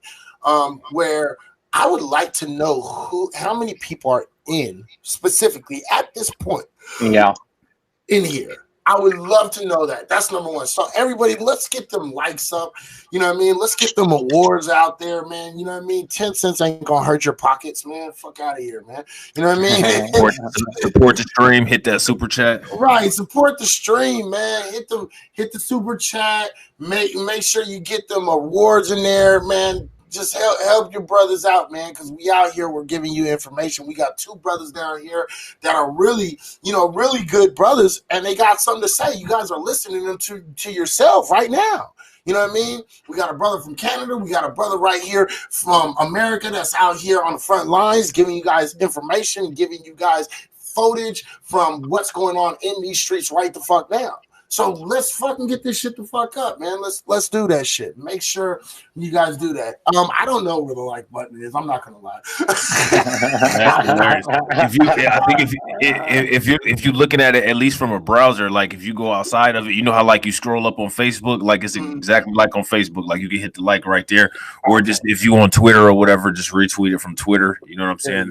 let us know that you alive and breathing in here. Say what's up. Throw some hands up. You know what I'm saying? Right, absolutely. So with that, I want y'all to understand that. So let's kind of move away from the names and then things like that. We kind of touched on. I think we did a pretty good job on touching on what racism is. We touched on a pretty good idea of what we're dealing with name calling and shit like that, right? So let me ask you guys, do you think, and the question that you asked was actually a very valid question, because you said, do you think that we have enough, right, to actually do something and solve this problem?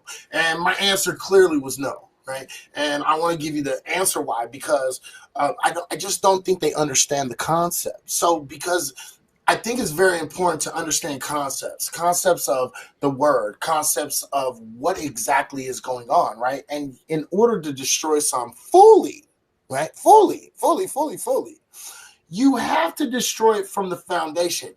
That's one of the integral parts of any building that you build, right? So if you destroy the foundation of a building, it's going to collapse, right? So you have to understand the foundation. The problem that I see that's facing us as a group, even black folks, brown folks, all folks, is that the younger generations, they have the energy, right? They have the energy. I've seen it. Right, and you've seen it, right? They have the gumption. They don't have the understanding, and they refuse the understanding, and that's what's going to fuck it all up. Because what is that old adage? If you don't understand history, you are doomed to repeat it. Go ahead. And what I can attest to is, from what I've observed on the front line, is there's moments from both groups. And when I say both groups, the main groups, right, the ones that are really portrayed in the media, right, the Proud Boys and the Black Lives Matter, Antifa. There are moments where I've asked them, what are you doing right now? Do you guys even know what you're doing? This is both groups. I've asked, and I'm like, you literally lost control of all your people right now. You guys are a shit show. Like, this is just the facts at this moment. So what's your comment? And you know what they've told me? I don't know. Really? Yes. They're like, at this point, I don't. They're leaders. And they will say, at this point, I don't know. Wow. And that's on both sides. And you know what? And I've never heard that. And you've just solidified exactly what I was thinking. I don't know, right? That's crazy. When you have a group, right, following this one leader, but then all of a sudden you have infiltrators and you have multiple things moving, and at some point you lose control. Mm-hmm. Now, I will tell you that some of the more senior activists, they know what they're doing. But here's the problem. Here's the problem with that. And I know one of them that. Oh, you did that? My bad, bro.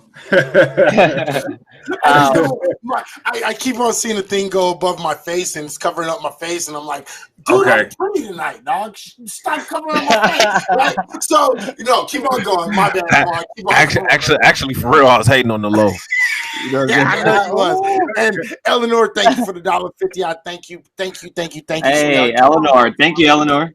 Thank you, Eleanor. You guys are fucking awesome. Keep on going, bro. But you'll see the difference with the younger crowd. And this is why I'm bringing it up, because you see the younger crowd with all this energy, but they're completely disorganized. But I'll work with senior leaders and activists in the community but here's the problems that they go through. Some of the problems that they're going through is, they actually do coordinate with local law enforcement to provide them the maps of the protests. But why? Safety reasons. Right. But many people will question, like, oh, are you in cahoots? Are you in bed with law enforcement? That's not the case. And I can speak to the ones I've interviewed, the ones I've spoken to, right? I don't know, but obviously from a mass scale, but my experiences, I can tell you that no, and the thing is, as a journalist, I feel a little bit safer too, because now, it's more controlled. It's harder to come in and take away from the message. You're able to stay on point. When you have this younger group, the message gets wiped out like that quick. I mean, when I tell you, it's a wrap. Right. Do you think that there's a lack of leadership in on either side? It doesn't matter. I mean, do you think there's a lack of leadership right now, or do you think that on either side, and if just one rather than another side, which side do you think has a lack of leadership, and do you think that's affecting these people when they go out here and do whatever the fuck they do? I would say yes, absolutely, on both sides. I mean, even to a point where people don't even want to associate with it. They want nothing to do with it. They don't want to talk about it. They're just like, it's a done, it's wrap. I'm good, and that goes with both sides. Yep. Right. So that's why when we were talking about like a civil war, that's why I say yeah at a micro level, because these people truly, they believe what they believe. They're on these front lines fighting and pepper spraying each other, shoving each other, shooting each other in some states, in some instances, even though it was a security officer involved with the news and all this stuff, but it's just these situations that we're putting ourselves into. Right, absolutely. Absolutely. My homeboy says free Larry Hoover. Absolutely free Larry Hoover, bro. Which, anyway, so yeah, no, absolutely. And see, this is the problem. And let me ask you this. Do you get the idea that these younger dudes that have got all this testosterone, all this energy, all this gumption, all this, hoorah, do you think that they don't like the leadership of older dudes in order to keep them focused on the situation in which they're going into? Or do you think that there's just not somebody that's willing to stand up to give them that leadership? Which one do you think it is? You got two things going on here. You got a group of people that are reacting from emotion. Mm-hmm. They don't know what to do with that. Right. They want to place it somewhere. Right. They need a place. Right.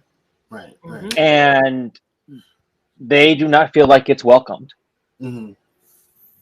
So, and until there is a space that's created for them, I wouldn't even say fuck the welcoming. Excuse my language, but no, they need a space. They want to be heard, right? So until then, and they told me until then we will riot, Twan.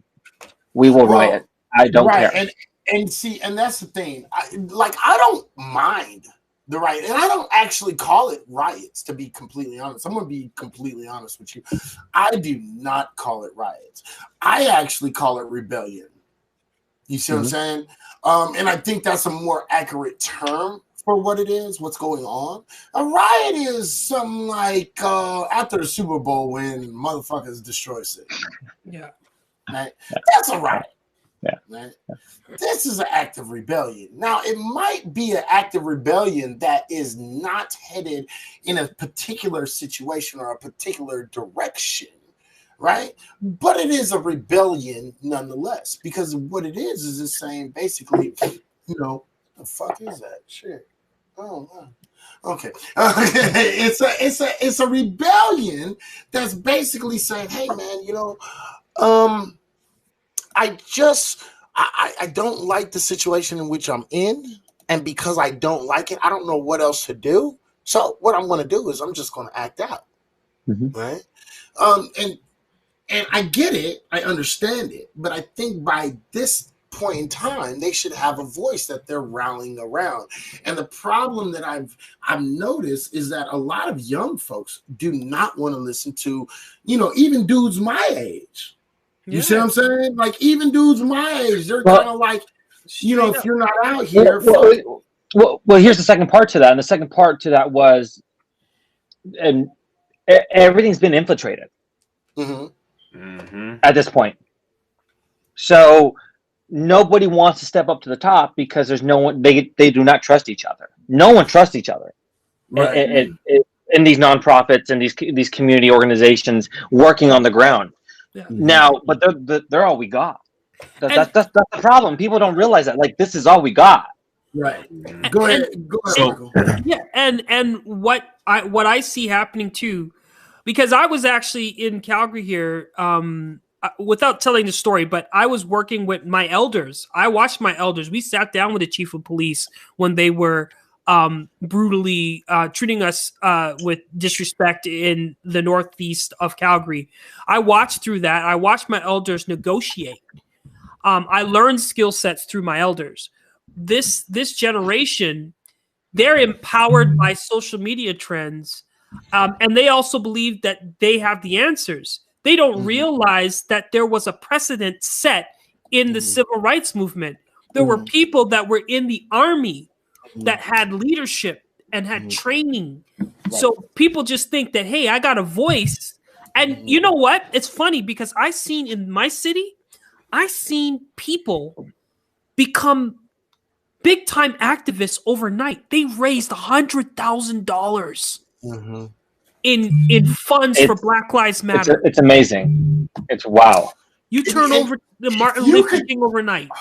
What's so funny about that is, do you know how much $100,000 can actually help the cause if it was put in the right places? That's right. Like, but it's not. It's the problem. It's not. All that money is going into people's pockets, right? Everybody has a cut. Right. Everybody gets a cut, right? So, like me, I've never been a supporter, right? I'll take one. You're welcome. Yeah, you know what? Pour up if you got it, right? So right. The thing is this, like, a lot of people, it's like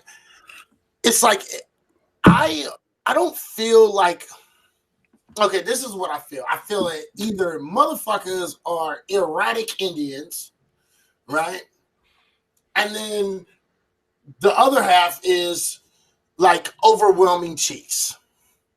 Okay. And what I mean by that is you got all these Indians going this way. And I know this is probably a really bad example. No, I'm not being PC with this example, but you know, it's just the best thing I can come to. So the erratic Indians are running back and forth, running across the, you know what I mean, doing whatever the fuck they're doing, right? They're like just running, just wild, right? And then what you have is you have these Indians, right? And these chiefs, right? The chiefs are, this guy is saying, I'm right because this is how we should do it. Then you have this chief saying, no, we don't do it that way. We do it this way. And then you got this chief is saying, both of you guys are dumbasses. We do it my way, right? Instead of, you know, all five chiefs saying, okay, we need this in each one of those sectors. You're absolutely right because we need those in those sectors. But we need to do it in an organized fashion, right? And they're not getting it. They're not understanding that, hey, man, you can be a chief of a specific sector. And you work together in order to implement this idea. You know what I'm saying? And follow the precedent. That's the thing, is that they don't believe in, they don't want to study the past. So therefore, they're running around reinventing the wheel. When infrastructure has already been put in place, you know, so that's what's so damaging about this. And I want to touch on another dimension to this conversation, is that we're so focused on this conversation that we're not realizing that nations around us are mobilizing. China is mobilizing. Russia is mobilizing. They're hacking into things, right? So while we're fighting each other over this dumb shit, these guys are looking for opportunities to engage in war. And you'll be so destabilized that you won't be able, and disorganized. They're seeing this on the camera. You won't know how to fight this next war if it ever happens. Absolutely. Well, if you read the book, there's a book that's called Silent Weapons for Quiet Wars. It's an instruction manual that supposedly was found in 1986 at some IBM surplus sale. They don't know where this book came from or whatever, but it had these plans basically. And one of the things that it said is it's kind of like, you know, a predecessor to like conspiracy theory rhetoric. You know what I mean? But it makes it's called Silent Weapons for Quiet Wars. Okay. And it doesn't have an author, but there is a guy who's associated with writing it, and like he's got like some weird history behind him. But it was really prophetic though. Like that book is very prophetic, and like one of the things that it says is that World War III will be fought with information. So like you know, when we think about all of these bombs and nukes, you know, you see the Russia, they got the new Satan II missiles, and China's got those hypersonic missiles, but none of those are ever going to get used. This right here, like what we're doing, this is the World War III right here. Like we already are engaging in it because it's information wars. You know what I'm saying? It's public propaganda.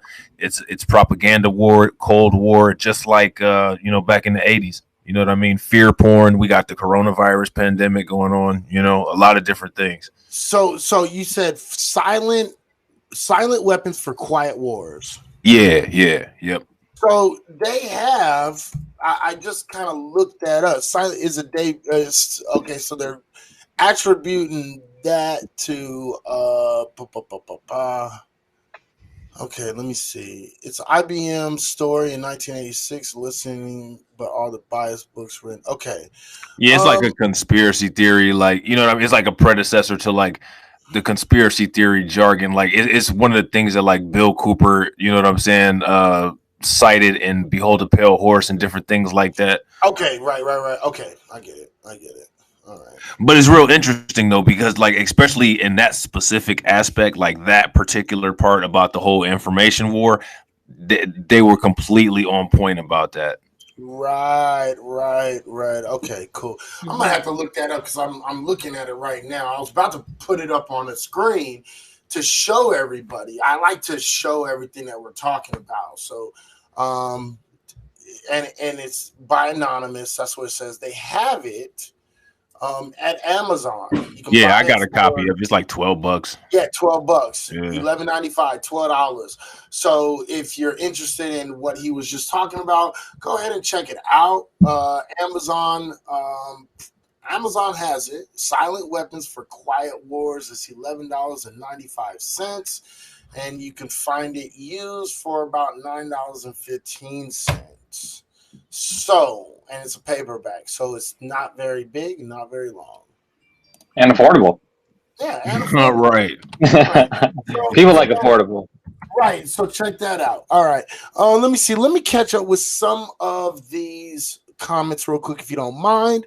My son is 22 years old, and he won't listen to me, and he thinks that he has it all figured out.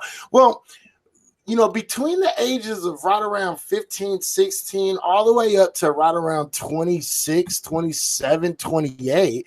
And tell me if you guys disagree with me. We all thought we fucking had it figured out. Oh, yeah. You know what I mean? Until we figured out we knew nothing. Yeah. Right. Yeah. So, The only difference is that these kids with what I'm seeing on TikTok and what I'm seeing on social media, these kids are getting a lot of they have power. Oh yeah. Oh, absolutely. Oh, absolutely.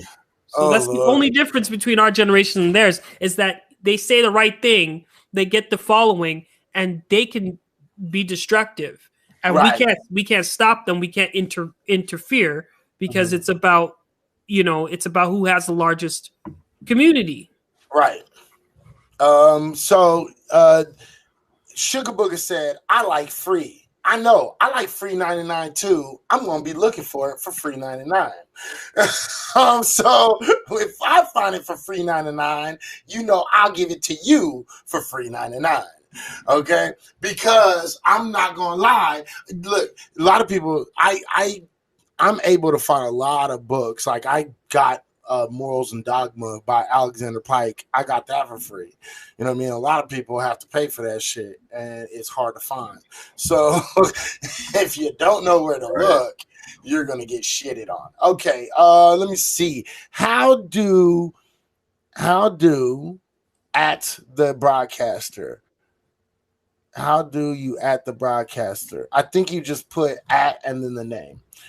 That's how you at the broadcaster, and I am the broadcaster. My World CS.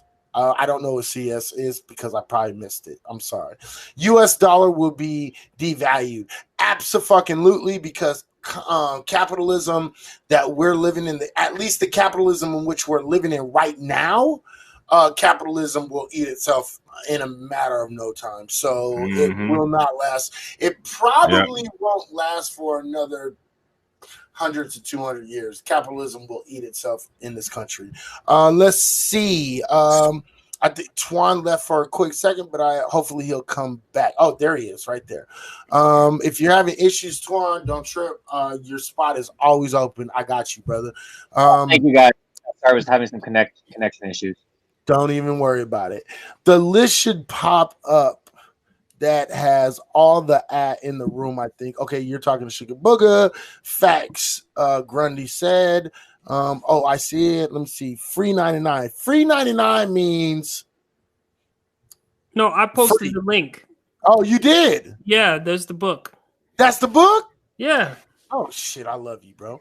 Not in like, and I'm not homophobic, but not in the homophobic way. But I love you, bro. Because I'm now gonna grab that shit. Copy. He said copy paste. Yeah, copy paste, bitch. Okay. Don't forget your bookmark. I'd appreciate it. My book budget is shot for 2020. Right, 2020. I get you, and I think you meant 2020, and I get you because. You know me and buying books. I used to give out books. I don't know if you guys don't know, but I used to give out books for free and send them out to people. I used to buy them hardcover books and softcover books. I used to buy books and then give them out. You know what I mean? And my book budget is gone. Okay. I'd appreciate it. So Sugar Booger right here, Michael Jackson just posted it. Mike, could you post that one more time if you could possibly, sir? I'd appreciate it. And then let me see. We love free 99. That's what I'm talking about. Just ordered it, Rob. She just ordered it. She just ordered it. Cancel the order and look up the link. All right. Let me see. So thank you. I appreciate that. All right. So that's what it is. All right. So I think I've caught up to everything. Free 99 ? Anyone? Okay. There you go. Good shit. All right. I know we're getting a little late because actually we've ran past the hour. We've actually gone to 2 hours. Yeah, we went 2 hours. We've gone 2 hours. Let me ask real quick for the people that we have on here real quick. Twan and Michael, how do you guys feel about maybe going another 30 minutes or so? I can do that. And if you can do that? Yeah. All right, cool. All right, so we're going to go about another 30 minutes or so, everybody, and we're going to call it a day. Again, I want to thank everybody for coming in, watching the scope. I appreciate everybody that's put in a fucking gift or an award. I totally appreciate it. We got up to, it looks like $2.30. Hey, man, $2.30 is $2.30 more than I ever fucking received for fucking Periscope. So right. I want to say thank you for the $2. Ain't that the truth? Right, bro. Like, right. Like I didn't think, I was like, whatever, because I've never really reached out and I've never tried to collect for what I do. You know what I mean? But because I've always had that much passion for it, right? And same here. So I get it. Right. And so it's always like, oh man, let me just put this information out here because people need it. Right. But I don't care what nobody says. It feels good when you get a little bit of a reward, even if it's 10 cents of, man, it makes you feel like what you're doing is actually worth it. You know what I mean? And so I want to say I appreciate it and thank you to everybody that has put in an award in the room. Thank you very much. Okay, real quick. I don't know what she's going to say. This is I'm going to put it in here real quick. Because I don't want to do this. And the reason why I really don't is because the thing is Carolinda, I love you to death, but sometimes you kind of get off track. Okay, I'm not gonna lie. So what I'm gonna do is I'm going to put you on real quick. I'm going to hold on real quick. I'm going to let you come up for a quick second and say what you needed to say real quick. All right. But just make it quick. Make sure you get it out. Like, know what you're about to say. Like, I'm going to invite you, but please, like, rehearse what you're going to say before you're going to say it. Say it. And then end it. Okay? Like, I don't want no run-on shit. I don't want no weird shit. But I did tell you I was going to put you in there. So, please make sure you're on task. And for some odd reason, I am not finding you.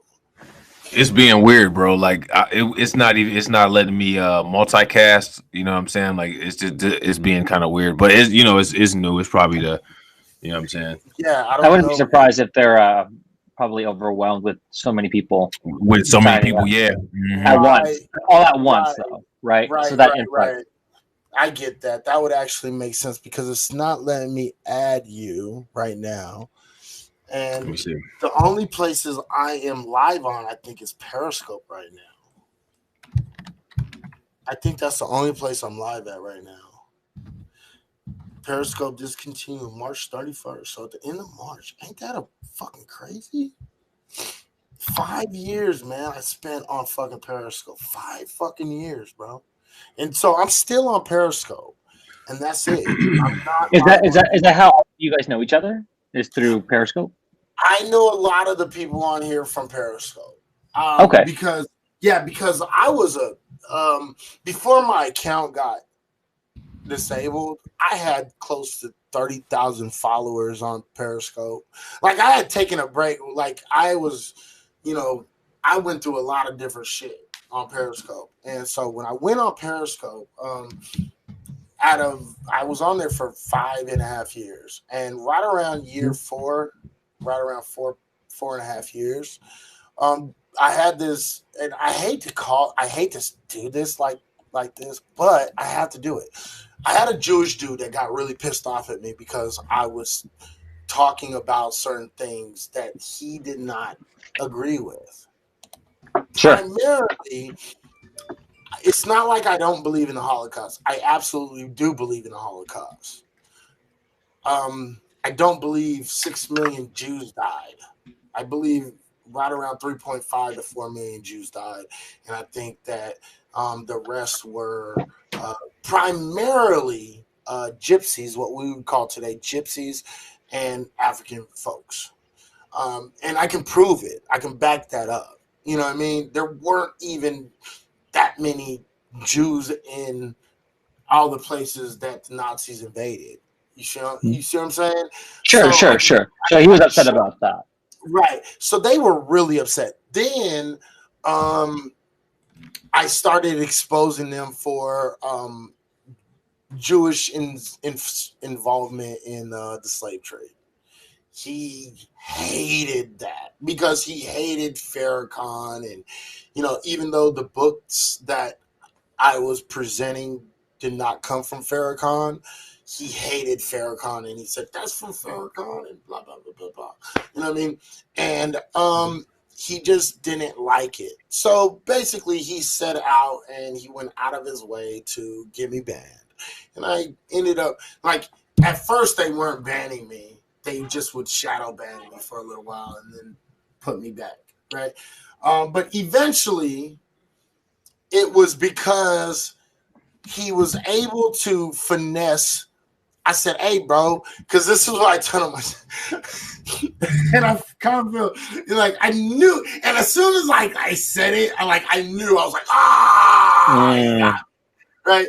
Because I said to him, I said, hey, bro, you know what I mean? Anybody can come find you. You've already been doxxed. Everybody knows where you are. And you're right up the street from me. And when I said right up the street, I meant he's in the same state. He was 8 hours from me, right? Sure. And so I was like, if you're gonna piss, I told him you're gonna piss somebody off that's not gonna like what the fuck you doing.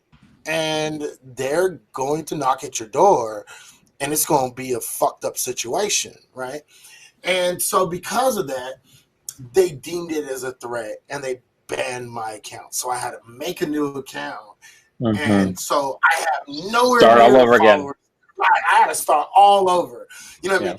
And it's really fucked up because I had like 20, 25K followers. I had a lot of followers and I had really high numbers. Like my numbers, I'm an OG on Periscope. Like even if people never been to my scopes, they knew who the fuck I was. They was like, oh, that's that black guy, atheist, that, you know what I mean, is like unapologetically black. Like, that's him.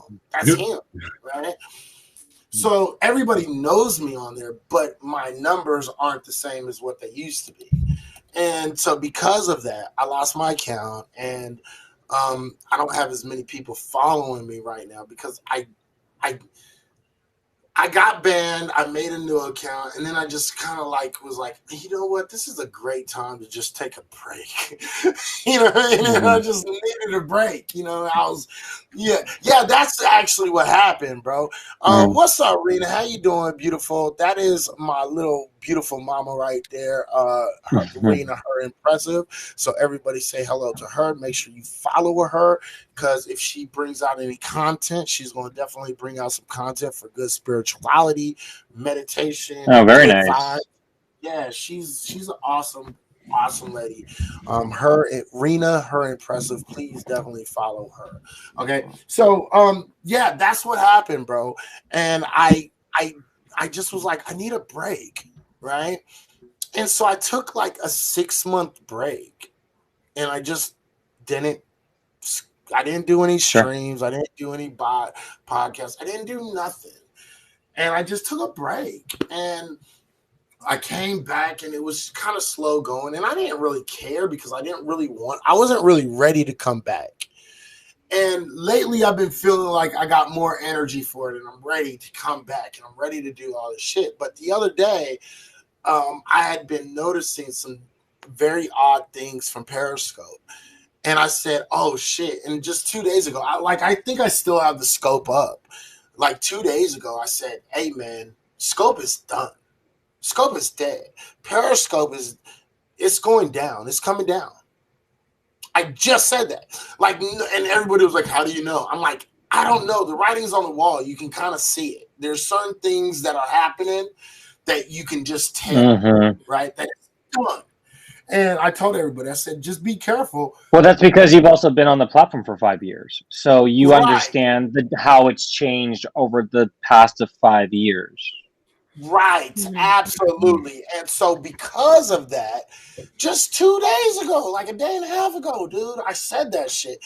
And sure enough, here we are 2 days later, and they announced they're going to shut down. You see what I'm saying? And I wasn't worried about it because I'm like, you know, I'm going to go to, when I get my energy back, I'm going to go to YouTube. And I've been getting my energy back, and I'm feeling a lot better. And I'm just kind of like, oh yeah, let's do this shit. I'm ready. I'm feeling like I'm ready to do it, right? And when that happened, what basically, you know, when that happened, I had somebody hit me up and they said, hey man, you need to check this out. And I said, all right, I'll check it out. You know what I mean? I'm like, I'll check it out. Don't worry about it, right? And when I checked it out, I was like, oh wow, this kind of looks kind of cool. Let me kind of tinker with it. And that was this afternoon. Right? That was this afternoon. And by what time was it that I texted you, Rob? What time did I text you at, bro? Shit, what time was it? Like, was it like 9, something like that? Yeah, well, like, Eastern time. So what time would that have been for you? It would have been like 5, 6 o'clock for me. 5, 6 o'clock. Yeah, that was about it. Yep. Right. So I hit him up. I said, hey man, check this fucking app out. You know what I mean? I'm like, I like I was like, all right, I'll be right there. Right. And so I was like, check this out out. Maybe is it just me? This shit looks kind of cool. And at first he seemed like he was skeptical, and he get on, and next thing I know, I said, oh wow, this is a cool app, right? So I'm like, It's dope. yeah, right? It's dope. So I was like, oh man, we got to move over here. Mm-hmm. So then he hits me back and he says, hey man, you want to go live? And I'm like, what you want to go live on? He was like, I don't know. Do that shit. Right? Do that shit. Do that shit. Right? So we decided to go live tonight because I saw a couple other people going from Periscope live tonight. So I was Okay.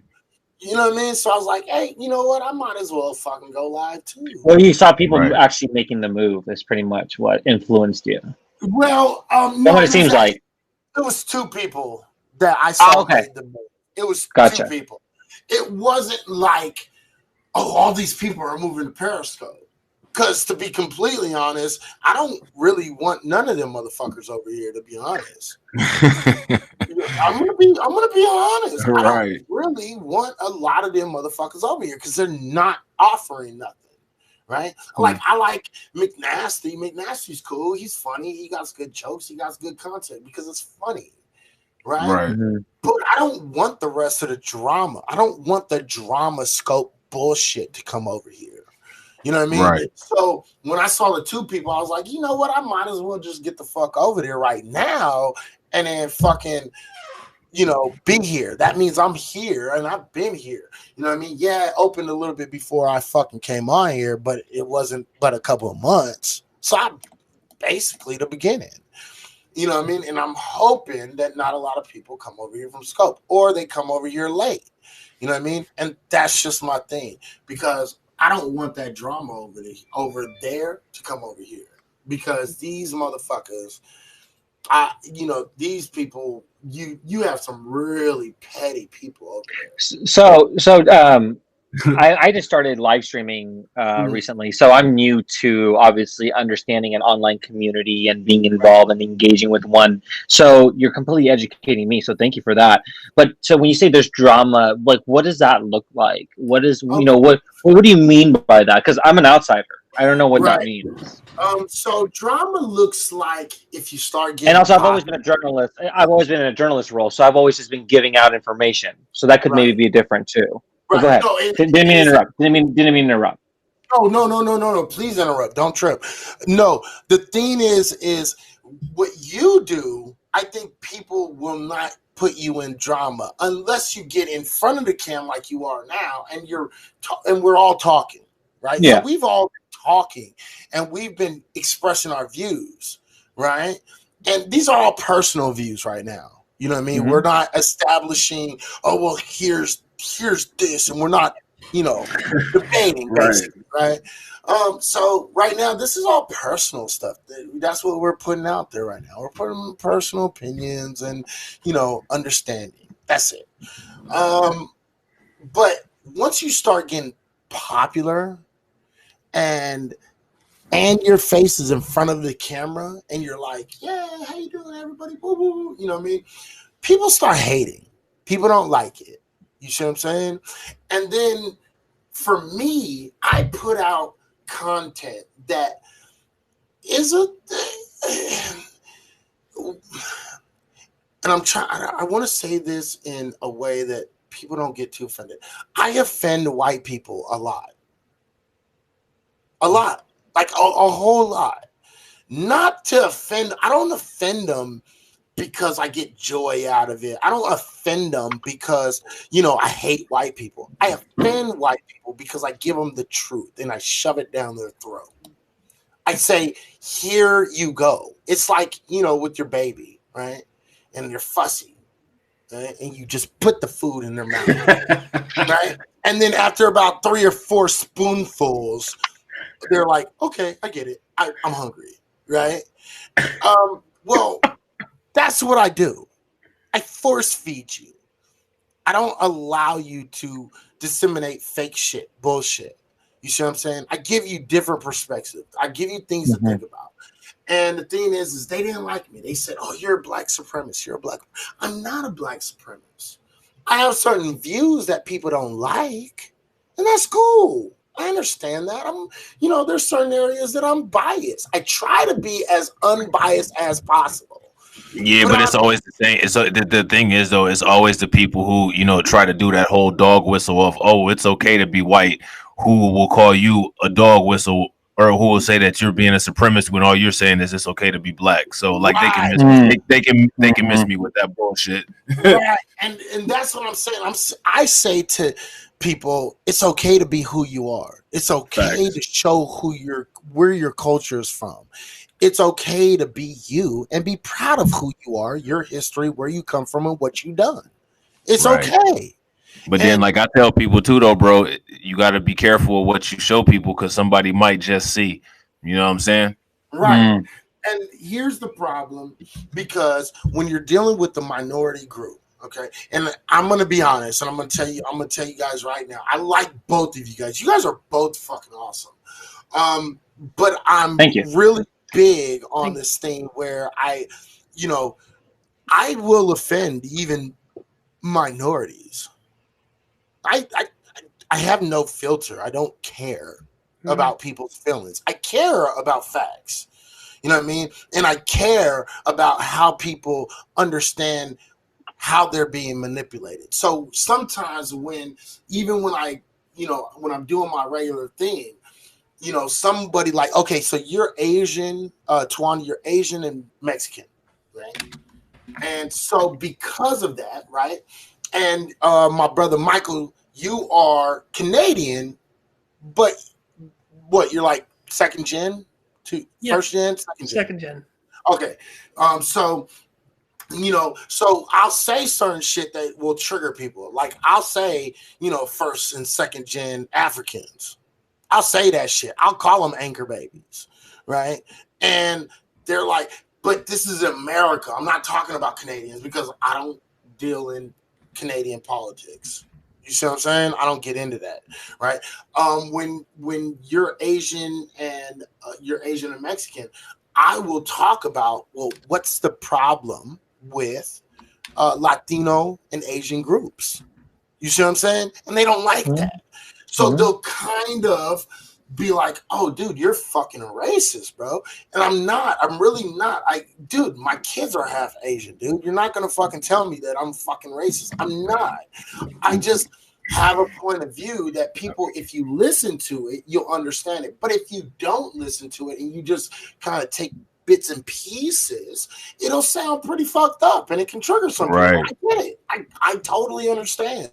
Right? But like the thing that's hilarious that people should observe is like when it comes to black people, or when it comes to minorities, not so much to the same extent as minorities, you know what I'm saying? Not as to the degree of black people, but the only people will attack people who identify with their culture or people who love themselves and call those people racist. And then the people who like completely like hate themselves, like the Candace Owens, you know what I'm saying? Like those type of people, they'll say like, oh, this person is a model American. This person is a model example. Yeah. So what that means is that like when you say that this person is a model American, you're basically saying that it's only okay to be one type of person here in the United States. Right. That's what you're saying. Like if a Mexican person or a Latino has, like Cain Velasquez has brown pride tattooed on, across his collarbone, like how Cain Velasquez does. Oh my God, that's that guy's a racist. No, he loves his Mexican, heritage. There's nothing wrong with that. Right. But see, the problem is that Cain Velasquez isn't going out, systematically oppressing people out here. He's just beating the shit out of people in the UFC. Like that's what he's doing. Right. You know what I'm saying? Like, and I even promote being proud of being white. I don't. Yeah. That's what a lot of people don't get. I promote being proud of who you are. Right. That's what I want you to be proud of who you are. But I do also want you to recognize the fucking history of who you are. Right. So. You know what I mean? The more I sit and just listen, the more Izzy High has taught me. Right. And Eleanor, I appreciate that. That is such a fucking awesome thing that you would say. Awesome. You know what I mean? Because it is okay to be proud of who you are. There's no problem with it. That's why I be proud you're white. Be proud you're European, you're Irish, you're Scottish. Be proud of who the fuck you are. But also recognize that you guys took certain ideals and used them to your advantage. You know what I mean? I get it. That's what we all supposed to do. We're supposed to take, the things that we're proud of, but we're also supposed to try to advance in this world. So all I'm saying is, let's acknowledge the truth, right? And then still be proud of who we are. You can be proud of who you are, even though your culture has done fucked up shit. You know what I mean? Let's just not be. Let's not dance around this shit. You can be a proud, white person, right? And be like, I'm proud. Look, man, we did fucked up shit. Yeah, we did fucked up shit. But I'm still proud of who I am. Why should I not be? You know what I mean? Right. So it's just about acknowledging who you are, moving on, bettering yourself, and then we can try to make this whole situation a better situation.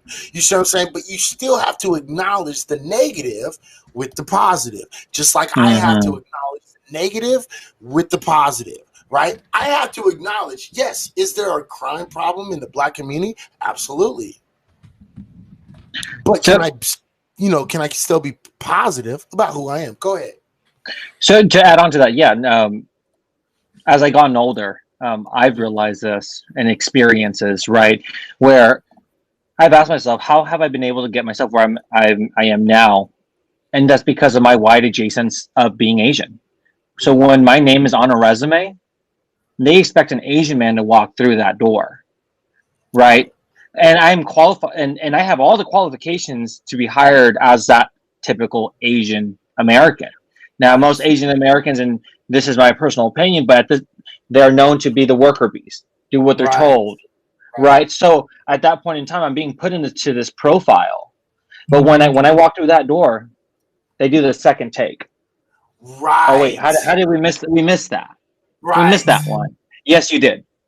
Yes, you did. So, and that's even here in the New York City, tri-state area, right? People will say, well, it's Manhattan, or, I live in Brooklyn. So people will say, well, but it's still New York City. It's very liberal. No, they're everywhere. No, it's different, man. In New York City, it's a lot of different shit going on. You got Crown Heights, you know what I'm saying? You got Washington Heights, Yes, you got you do. Harlem, East New York. Like, it's very different. You got Staten Island, Long Island. Staten Island, Long Island. Those groups as well, right? So that being said, is that's what I've acknowledged. So yes, so the reward or the positive is, yes, Twan, I worked my ass off with what I know and with what I got and what I've been prepped with.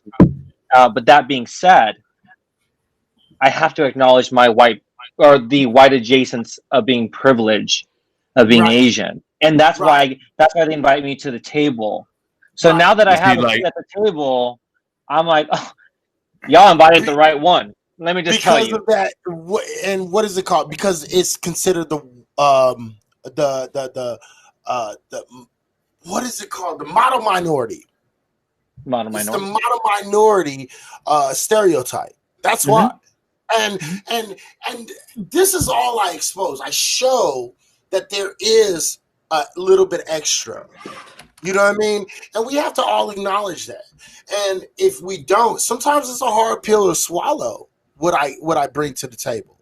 You know what I mean? And that's why I put it on there. I'm an asshole. Well, the thing is that, in my opinion, if somebody's done some things, regardless, at the end of the day, people got to realize that, if you weren't around or if you didn't do something, then it should be common sense that nobody's saying that you did it. You know what I mean? Because if you look at it on a day-to-day basis in person-to-person interactions, I've done some fucked up shit in my life. Right. So if every time somebody brings up some fucked up shit that I've done, if I run around and say, shut up, is it going to make it go away? No.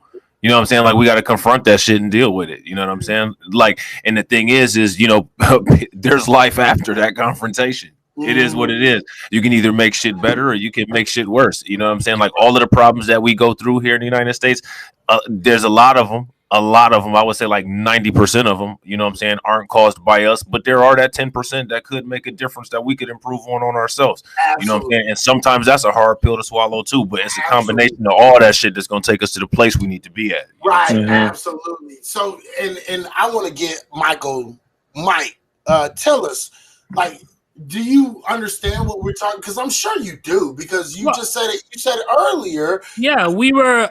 This is the second wave. We were part of Blab because what happened was Periscope came out, and Google Hangouts was a thing. Google Hangouts shut down, and before Facebook went live, Blab was created. And Blab had 4 people on the screen. We had the chat system. We had all that stuff. And all the people from Periscope at that time, and that was 5 years ago, came onto the platform. Martin Scarelli. That's where, all the infamous Martin Scarelli incidents were. I met the guy through app. Tony Robbins came on the app. So we are veterans. Pat, Bobby, all these guys that I'm going to be bringing in, some of them are already here. But a lot of these guys, we're veterans. We actually watched it all go down. We watched all the Periscope people coming in, or the whole the beefing, and sometimes you'd be like, you'd be talking about God, do you believe that your car is gonna be here tomorrow? And then people are like, shut the fuck up. I like Christianity. And then they start beefing at each other, and then you're hopping room to room, cussing each other out, and then and then squashing the beef. And then someday someone will be so cool. The next day it's gonna be so messed up. I seen that all happen. And I've been chasing after that vibe for 5 years. I started Hustle Zone to create that vibe a little bit, but I just wasn't successful. Now that Haps is back, I'm gonna be back to my old bullshit. I think we are going to get the trolls, and the trolls, unfortunately, people don't like the trolls, but the trolls are what makes. Listen, I'm gonna tell you something. You're absolutely right. But I'm gonna tell you something though. When it comes down to that, right? That's when you got to do that market analysis. You got to do the strengths, weaknesses, opportunities, and threats. That dude Kevin Samuels blew up off of dealing with a female troll. Right. You know what I'm saying? Right. Absolutely. Because trolls, at the end of the day, I like my trolls. I love my trolls. My trolls make me more popular. I don't care. Facts. Right? I just don't like the trolls that don't bring nothing to the table. But I absolutely love my trolls. You know what I mean? Because they bring something to the table in most cases. You know what I mean? So I like that. I like that interaction. Because they make me more popular. They share out my shit to other trolls. And from that, and I had an lightweight, I say I have an occupation of turning trolls into listeners, then turning listeners into understanders and empathy, people with empathy, right? Because I did that. You know what I mean? I had a lot of Trump supporting people that knew I don't like Trump. Trump's a fucking idiot, right? But you know what I mean? I can accept what he did. You know what I mean? As much as I hate Trump, I was like, I don't like Biden at all. And I hate Kamala. I hate her. Right? And I'm not a Republican. And I'm not a fucking Democrat. I'm an independent. You know what I mean? I like the person I like the guy that's going to best represent me. You know how we always do that debate when we talk about how the racist thing. Right. That's another thing people need to start talking about is how you can't be a Republican or you can't be a Democrat if you're black in the United States. That's something that people need to start having that discussion on a large platform more often, because that's actually very true in my opinion. You know what I'm saying? Right. Absolutely. So that's how, and that's what I hope. And I'm not gonna lie, dude. I hope that people on this app are going to be willing to face a few certain facts that are gonna hurt their feelings. Right. And I hope that there's people that will give me a little bit of pushback. And I hope that there's people that will accept what I'm saying. Look, I don't really like the guy and I don't necessarily even agree with him, but I listen to the dude and I, want to hear what he has to say because he brings some things to the table that make absolute sense. That's all I care about. That's really all I care about. I don't care. I don't want to be in an echo chamber. I don't want to be in a fucking, in with a whole bunch of people slapping me on my back talking about, yeah, you're right, Izzy. You know what I mean? I don't want to hear it. I don't want that. I want people that are going to fight back. And so we can sit down because I don't, as individuals, right? Individuals. And if you look up the word and you look up the definition of individuals that we are, because that's what we are, right? We're individuals. I don't expect Twan to be 100% with me. And I don't expect Mike to be 100% with me. And I don't expect Rob to be 100% with me. You know what I mean? Because there's been points where me and Rob, we have completely different perspectives on things. Mm-hmm. You see what I'm saying? There's times that me and Rob are complete where he's on this side and I'm way over here on this side. Facts. Right? Because that's, but we always are able to have a conversation. We're always able to meet in the middle and say, okay, Facts. I don't agree with you, but okay, cool. I hear you. I hear you. Right? I can deal with this level of fuckery. Right. Right. I can deal with your fuckery. I'm good. It's good. I haven't had a bad day. You know what I mean? Right? And so the thing is I want people to listen. I don't care if you don't believe me. I don't care if you don't agree with me. I care that you listen and you think about it for a second and say, wow, okay, you know what? That kind of makes a little sense. Or, wow, I never thought about it that way. That's what I care about. You know what I mean? And if I get that, and I get a lot of people that's willing to open their mind and listen and think and not be so combative immediately, we're going to be me and Hap are going to be best fucking friends. You know what I mean? That's all I care about. I care about the conversation. I care about people trying to understand this thing. I care about people trying to understand other people. It's this empathy, this idea of empathy, right? That I think that for the most part, we all have, right? I see Twan and I see the things that, I see your facial expressions at certain times when I'm saying things, right? And don't get me wrong. I don't mind them. Please don't get it twisted. I appreciate them, right? And you're like, yeah. And I can see the face, right? The face is kind of like, okay, I see what he's saying, but I don't know if I necessarily fuck with that shit, right? Right? And then Mike is sitting over here, he's like stone faced, and he's like, but you still see the eyes, right? So I accept that. I don't mind that. You know how you deal with that? I'm gonna give Mike and Twan some advice. You know how you deal with that? Face your camera in your chair like how mine is. You see that?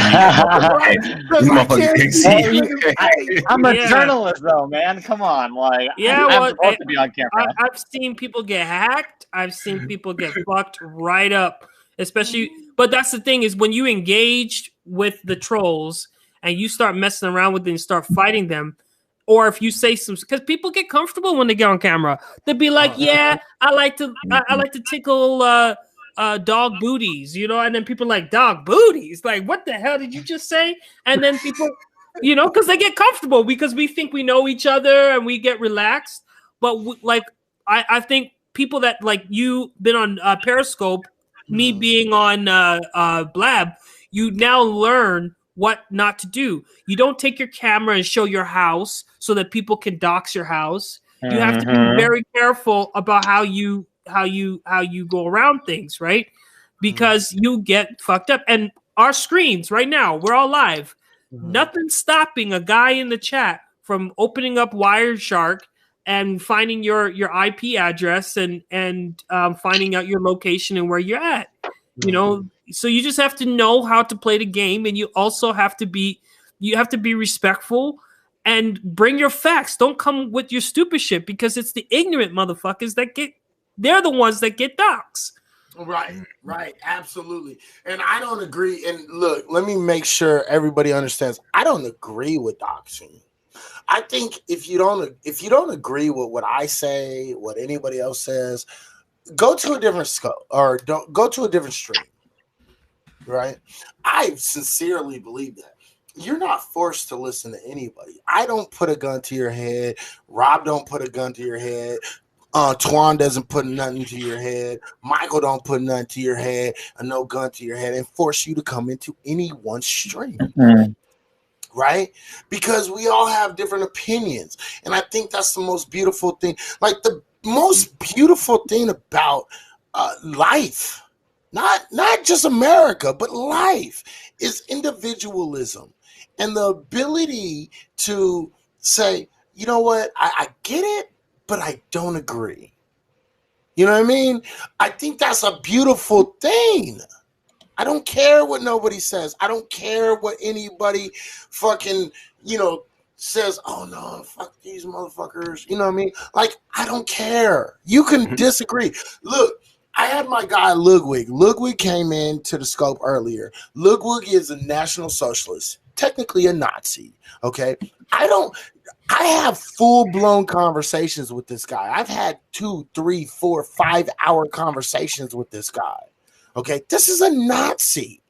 Okay, and it's not because I agree with him. It's because we can have a conversation challenging each other.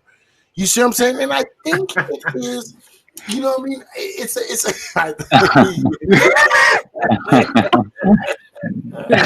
you slick motherfucker. You. I saw that coming through. I was like, oh, here we go. I did too. I was like, am I the only motherfucker? I was like, oh. Okay.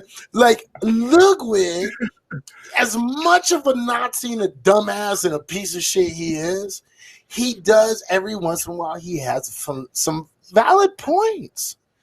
And I don't mind them. I don't get mad. I sit and I listen and I say, okay, I don't think it's possible, but it's a good ideal, right? So the thing is I like to make sure that everybody understands, look, man, in my streams, please do not take offense to it because these are only my ideals. And at the end of the day, my ideals shouldn't be sitting in your fucking brain. But if they are, you got to ask yourself, is it because I make sense? Right? You know what I mean? Is it because it makes complete and total sense? Is it because I've given you enough information where I can say, oh, you're like, oh, man. You know what I mean? Like, that's the thing. Conversation, dialogue is the key, and it's essential to us as human beings because our population has gotten so big and our dialogue between all groups have become so slim. We have to understand that dialogue is the key. Dialogue, understanding something. That's okay, right. I get it. Our culture kind of fucked up there. You know what I mean? Right? And we have to all take responsibility, every single last one of us. That's not just white. It might sometimes seem that, okay, dude, Izzy is doing nothing but dragging white people. But you got to understand, dude, I understand. Black people, we have our own responsibility, dude. At least you ain't got them tied to a bumper. Right. Like, we have our own responsibility. But the thing is we understand as black people, and you can ask any black person across the spectrum, okay? And most, I'm gonna say probably just so I can fucking feel comfortable in saying this, 90% of all black people, no matter if they're right, leftist, no matter what the fuck they are, they understand that black people have something to fix with themselves. We all understand it because it's been pushed in our face. We know. You see what I'm saying? The problem is most people don't realize what they have to fix about themselves. Exactly. You see what I'm saying? Everybody got something to fix. Right. We all have to fix ourselves, not just black people, not just white people, not just Latin people, not just fucking Asian people. All of us have to fix ourselves, right? So the only way you're able to fix yourselves is to make sure you understand who you are and what you bring to the table. And that's all I'm saying. And I know a lot of people don't like it because, when we're talking about this, right? We talk about what is it called? Cognitive dissonance. Oh, cognitive dissonance. Right? Cognitive dissonance is something that shakes you to your core so deep that it's so hard, like it fucks up your whole ideal of something. And it's so important. So we're dealing with that. We're in a stage. I think, I love to say fucking that we are in the age of cognitive dissonance. We are in the age of CDs. Whole bunch of cross-dressing motherfuckers. Cognitive, you know what I mean? Like, that's what it is. So if I can bring to the table that our brothers, our sisters, we're all trying to fix ourselves to be the best people that we can possibly be, then we're in a good direction. Exactly. Right? This is definitely a place where you can't go to Wikipedia and read while you're trying to debate somebody. You got to be on your game. You have to be prepared. And I've seen so many conversations diffused because of just facts. Someone knowing their facts and then someone having to humble themselves to shut the fuck up and be like, oh, I didn't know that's the definition of racism. And this is what these groups afford us. They allow us to have real conversations, and then we get past it, and then we're like, yo, what's up? What's up? Cracker ass, cracker, how you doing? Hey, no, you're right. Absolutely. Say that shit. Look, because at the end of the day, we have to understand we have to fix ourselves first, right? Yeah. And we all agree. Let me ask everybody in the room that's watching right now, everybody that's in here in the beam right now. We all have to fix ourselves, don't we? Fact. We have room to fix because we're not perfect, right? So if we're not perfect, we always have room to fix. We always have room to make better. We always have room to just, try to better ourselves. And that doesn't mean you have to fucking hate yourself. It doesn't mean you have to hate yourself because you're white. No. Acknowledgement doesn't mean hate myself. Oh, I hate myself because I'm white. I don't want you to hate yourself. I want you to acknowledge your history. People go overboard with that shit. Right. So overboard, like too overboard. Yeah. Right. Once you can acknowledge your history, then guess what? Then what we get to do is we get to fix ourselves. Once we fix ourselves, we can attempt to try to help others fix themselves. Because at the end of the day, I can't fix Twan. At the end of the day, I can't fix Michael. And at the end of the day, I can't fix Rob. But I can help them fix themselves. That's what I can do. Yep. You feel me? Yep. Right? We can all fix. I can't fix anybody in here. Not Gemini, not Holistic Deb, not Eleanor. I can't fix Rena. I can't fix nobody in here. You can fix yourself. Right? So that's all I'm looking for.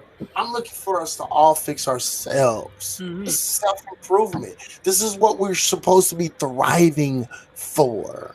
Yeah. To be the best person we could possibly be, right? So if that's what and even as an atheist, I get that, right? As a believer, you want to be the best person you can be. Right? I'll provide an example. There was a moment. There was a moment where I did a self-character check. I work very closely with Black Lives Matters activists, right? Because I'm right on the front line. I'm very have a close relationship with them.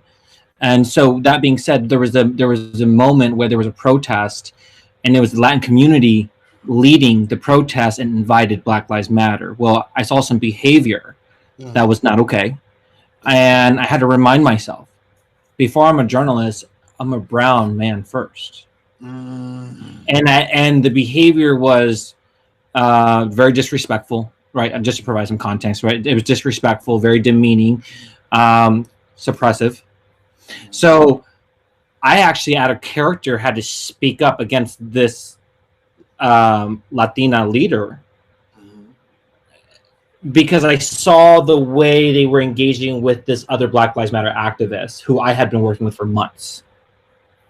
Right. So I know, I know this person's character. I know how they've been dedicated to the cause before George Floyd. So it got deep, right? So that being said, I had to kind of speak up. And in that moment, when I was done, I was like, holy shit, you're at work right now, Tuan. But it was so, when I say fix it within ourselves, that was my way of doing my best and my ability just to send some reminders. Right.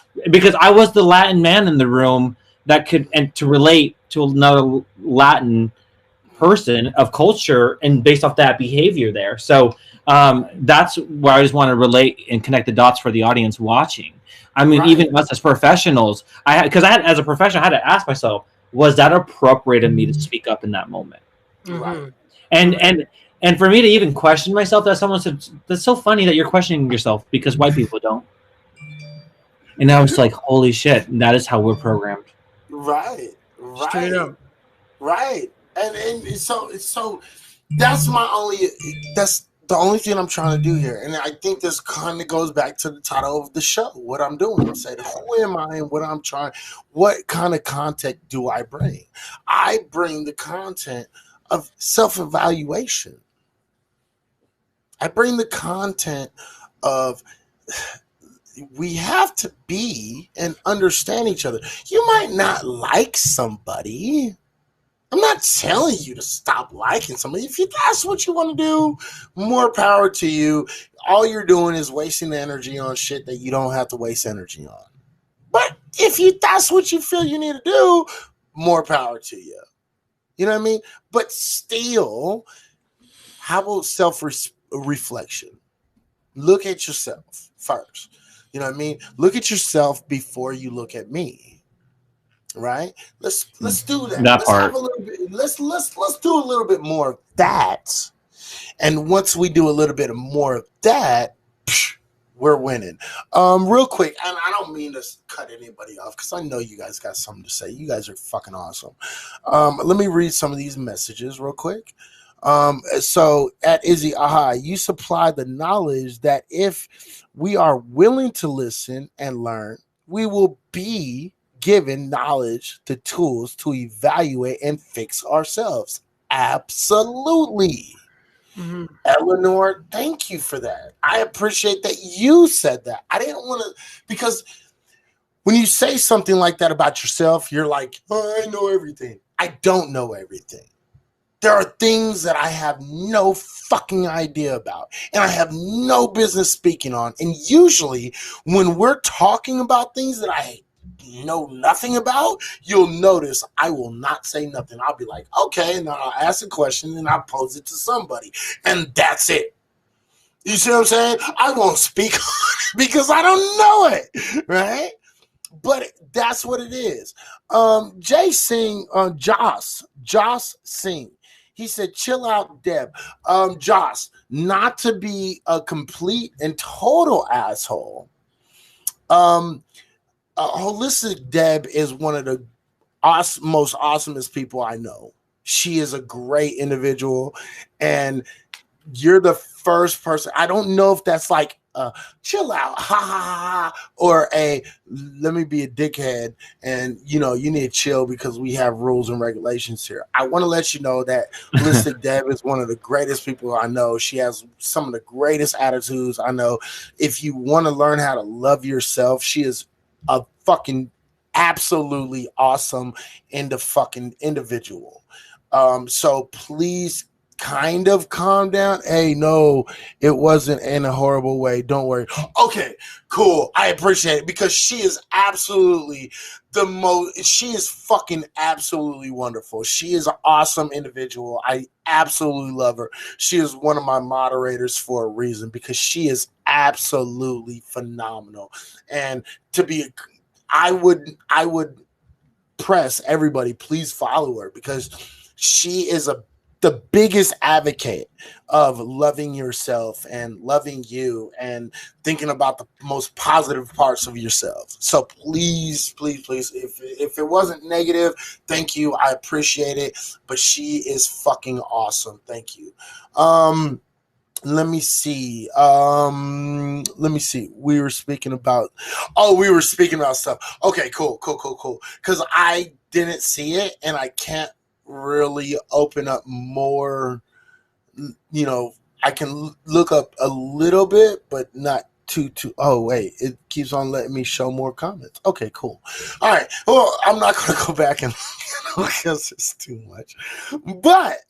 Thank you. I appreciate it, brother. I totally appreciate it. Thank you for understanding. I just wanted to point that out to you. All right. Twan. So we've already we're like 10 minutes away from another 3 fucking hours, guys. I don't know if you guys marathon. No. Right, I know. Marathon, right? Just as a side note, I did put a link in the chat for folks that are been watching. It's help.haps.tv.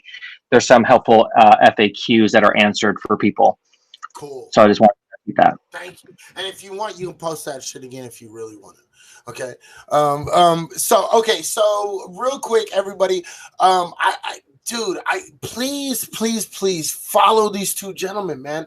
You already follow the 3 gentlemen, because Black Light Revelations, he always brings good content. He has his personal views, right? Follow Twan, man. This guy is fucking out here putting out information for you guys. Please follow this brother, and please follow the brother Michael Jackson. Michael Jackson. Please follow these brothers, man. Like, they've been great. They've been here. Like, me and Rob started a scope, right? Just to introduce ourselves. And these 2 gentlemen came up. We had a couple other earlier, but they went to bed, right? But these 2 gentlemen came up on their own free, will. They came up to talk. They've been open-minded. They've been cool. They've listened. Please follow these dudes. You cannot like look past a motherfucker that's willing to look and say, you know what? I don't know if I necessarily agree with them on this, but I'm going to listen. Let me listen. And these dudes have been here the whole fucking time, and they've listened, and they've been willing to listen and keep their mind open. Whether they agree or not, I'm not even going to ask them. You know why? Because it doesn't matter. At the end of the day, they were willing to listen, cool, chill, have fun, put in their opinions. And I think we've had an absolutely lovely time with these gentlemen. I don't know about y'all, but these dudes have my total support and loyalty, and I'm going to fuck with y'all for, from here on. Like, you guys don't have to worry about it. I'm going to fuck with y'all. You know what I mean? I give a fuck about loyalty, and you motherfuckers right here, like, and I don't mean motherfuckers in a negative way, but you motherfuckers right here are some cool motherfuckers. I fucks with y'all. Okay. Great time. Thanks, guy. Hey, Holistic. Hey, man. Holistic Dab. You already know how you. That's a beautiful. Hey, man. Look. Hey, if you guys don't see Holistic Dab, follow her. She's beautiful. She's fucking an awesome female. She has a great mind. This is a fucking phenomenal woman right here. I definitely subscribe to them. That was a great broadcast. Hey, see, that's what I'm talking about. Also, everybody follow Rena, Her Impressive. This is a beautiful woman also, man. She fucking has shit to give. Okay? Don't be scared of none of these people, man. We don't bite, man. You know what I mean? I love these people are fucking awesome, dude. I know them. I will put my stamp of approval on both of these individuals. Holistic Dab and Rena, Her Impressive. Both of them are awesome. All right. We've been on here for I said I'm going to be on here for about an hour, right? And then I said, oh, let's give it another half an hour, right? And it's 2 hours and 53 fucking minutes. So let's do this. Since we're closing in on 3 hours, I don't know if it's just me. I think we've really done some really awesome things tonight, man. I think we've had great conversation. It's been awesome. Why don't you, no matter whatever you feel, let's go. We're going to do this. Twan, Michael, and then Rob, because I know your dumbass hear me. And there he is. He pops in. Just came on, right? So Rob, we're gonna go. Rob, Twan, Mike. Check this out, man. Give out. This is what I'm going to need from each one of you, and take as long as you need, okay? Because I would like to, since we've already made it to the 255, 254 mark, I would like to let's just make it to the 3 hours mark, right? Each one of you guys give out your information for anything that you want to give out. Make sure everybody can follow you. Give out all of it. All the information you want to put out there, give it out. And then give me a final thought of this conversation, and this experience, and how you feel. Let's go Twan, Michael, Rob, and then I'll do the same at the very end. Go ahead. So I'm Twan St. Patrick. I'm a national correspondent and also investigative journalist for an organization called Rupley Television, based out of Berlin, London. So please feel free to follow me on Twitter, Twan St. Patrick TV. Haps Twan TV is the handle. And thank you for having me, Izzy. I really appreciate it. It's been an honor to be on your program here this morning. It was last minute. Organically, we kind of just connected. My overall experience here is this is the reason why I do what I do of journalism work, is meeting real people like all of you tonight. This is what gives me hope to connect with real life people, learning from one another, having patience with one another, even though we may not get it right every time. We're human. We're not perfect. But at the end of the day, we can learn from one another, understand, and then move on. I think that that's my takeaway from this overall experience. It just reconfirms why I do what I do, and you guys are the reminder of why I do my reporting. So thank you. That's fucking awesome, dude. Really, honestly, that's fucking awesome. Everybody follow Twan St. Patrick, because this guy is absolutely a good guy. You know what I mean? He has a good heart. You know what I mean? And that's what the fuck we do. So thank you, Twan, for coming on tonight, man. Thank you for having me. Yeah, you came back and everything, dog. I really fucking appreciate that. That shit is fucking phenomenal.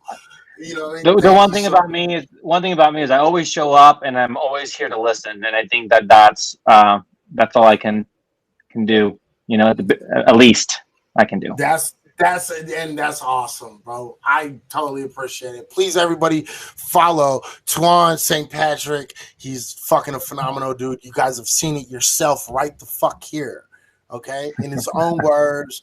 Right here, sitting the whole time, and this has been such a polite conversation. Is it weird? Is it just me or what? This has been such a polite conversation. It's weird. Okay, go ahead, Mike. How you tell everybody everything about you, where they can follow you, cool. Your follow information. Go ahead. Well, I'm an entrepreneur. My name is Ryan Perez. I just snagged Michael Jackson because I snagged it. You know, it's a new platform, and I always try to get the big name celebrities and stuff like that. Marketing, you know what I'm saying? But you call me MJ, call me Ryan, doesn't matter. But I call myself the brand savant. I am a brander. I help people. I help celebrities, brand themselves using online technology. So I have a company called Bowtie Creative. You guys can follow me there. It's I'll spell it out for you guys in the chat. If you guys need websites, logo designs, anything like that, I do that here. And if you want to take your shows to the next level and make them look like The View or whatever. That's the type of technology that I've invested in. I also own Hustle Zone TV, the world's first living documentary. That's our slogan. But we are for Black and Latino people. It's a media outlet. We first started with the Blacks and the Black group, and then we're going to move to Latino, and we're going to move to Indigenous. But we want to change the trajectory. Nice. So we have a free. You guys can go to hustlezonetv.com. We have a free business directory to promote your business. And when we launch in January, we're gonna promote people of color. We're gonna try our best to do it because it's one thing about talking about Black Lives Matter, but we also need to talk about Black empowerment, Black and Latino, Black and Brown empowerment, and then economics. We need to start investing, and we also need to start talking about Black joy, and because we need to start showing people that we're not just angry, and we're always bitching all the time. We have fun. We have families. We live normal lives. We're just like you. So go to the Hustle Zone to see, the diversity of our people. Sometimes we like to cut up. Sometimes we like to twerk. And sometimes we like to talk about politics. But all in one, we are still, that's right. We're still great people. So you could just type in Hustle Zone or Hustle Zone TV. You can find us on YouTube. You can find us on Instagram. We're pretty active on Instagram. And then the last thing is, and then Brand Savant, hit me up if you guys need to see, if you want to talk to me personally, type in Brand Savant if you have any questions about your personal brands or what have you. I really appreciate, and in terms of this conversation, brother, I've been jonesing for like a place where I could just kick it and talk about religion, talk about because when you say, man, I'm serious, I'm like, bro, I'm right there with you. I think this is what we all need. We need to be able to sit down and have these conversations. And the way that you handled it, and the way that you brought in the history and the facts, and then the brother over here, he hiding his face because he don't want to get doxxed, and I appreciate you. Just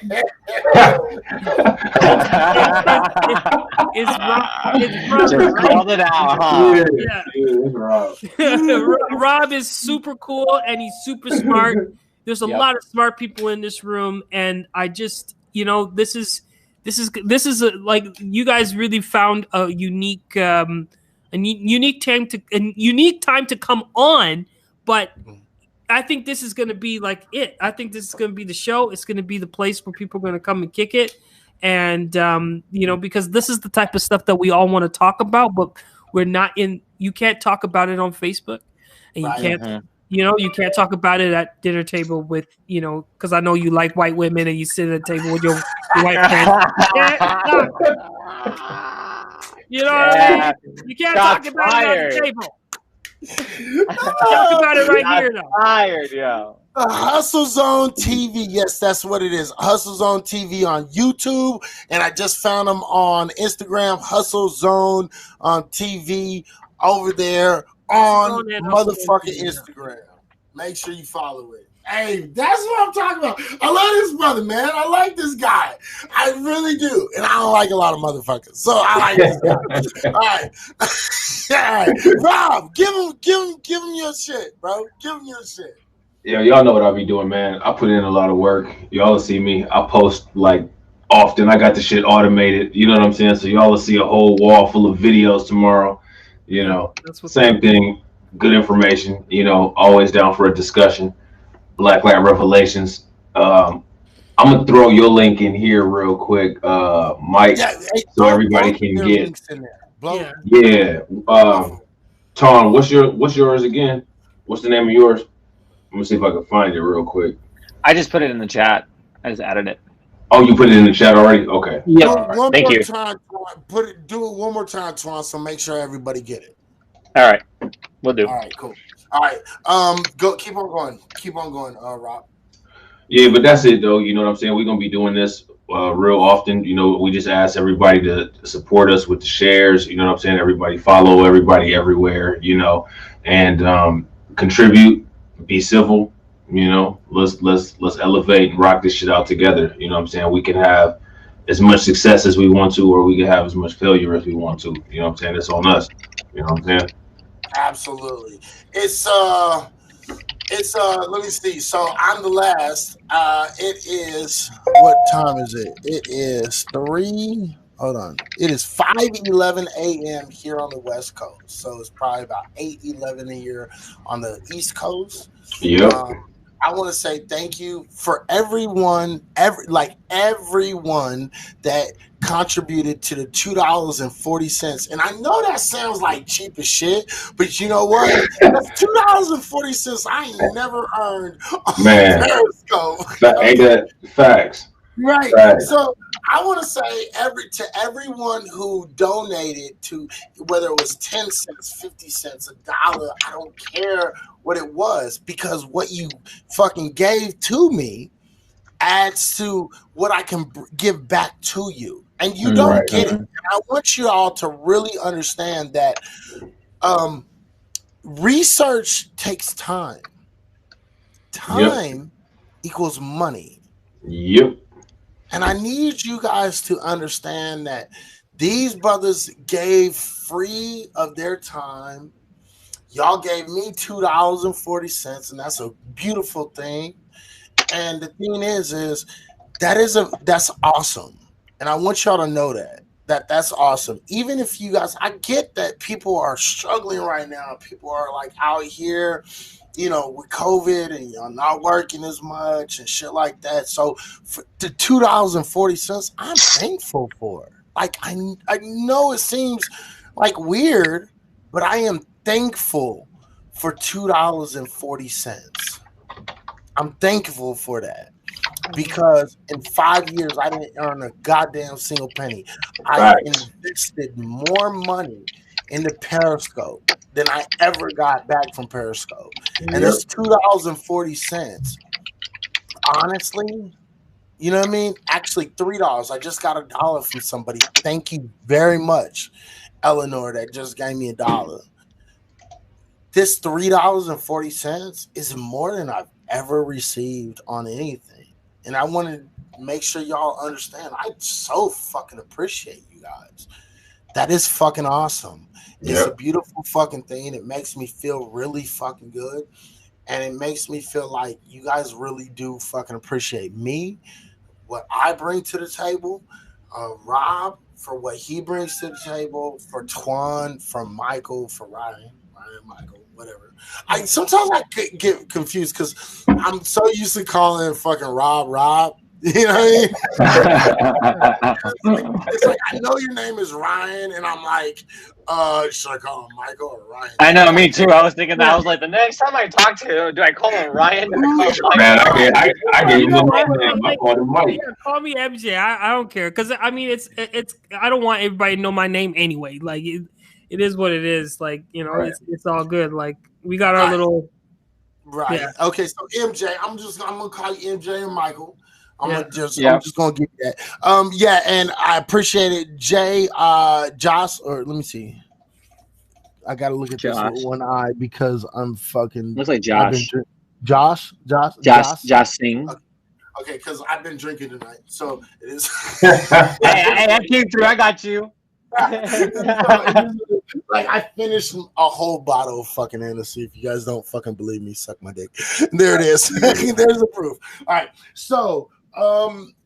Josh, I was permanently banned from getting any of my super chat money. I was they permanently banned me from doing it. That's why for the last 3 years I've quite literally put out hashtags of, you know, Periscope Super Hearts is a scam, or Super Hearts is a scam, or Periscope Super Hearts is a scam, or shit like that, because they permanently banned me from getting my money, you know what I mean? And so I was forced to turn them off, and I didn't want people to waste their money on giving me super hearts when I couldn't collect on them. You know what I mean? It didn't make no sense. So for that, I do appreciate it. If you do have Super Hearts, try to collect on your Super Hearts because they fucking owe all of us. They owe all of us. The reason why Periscope was alive for 5 fucking years was not because Periscope was so good. The reason why fucking Periscope stayed alive for 5 years is because we made Periscope what the fuck it was. And I want y'all to understand that shit. Okay? So with this, and I'm hoping, and it looks like, and I'm just going to put this out there, it looks like Haps seems like a very straightforward group. They look like a group of people that are going to fucking get everything. When I earn my first $200 and I collect my first $200, I will be sure to let you know. And fucking, I'll let you guys know if, Haps is the real deal. You guys know me. You guys know I don't give a shit.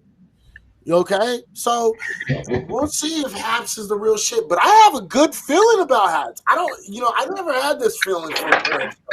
I have a good feeling for Haps. So make sure you go in and you support all of the content creators on here. Support Twan. Go into his streams and buy me a coffee. Right. Buy him a coffee. Give him fucking awards. Do that shit. Same with Michael. Go in there, buy him a coffee, give him awards.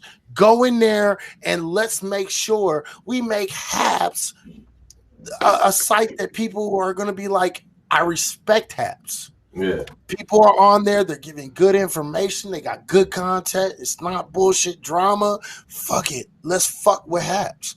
Let's make Haps the best Haps could possibly ever fucking be. Yeah. Right.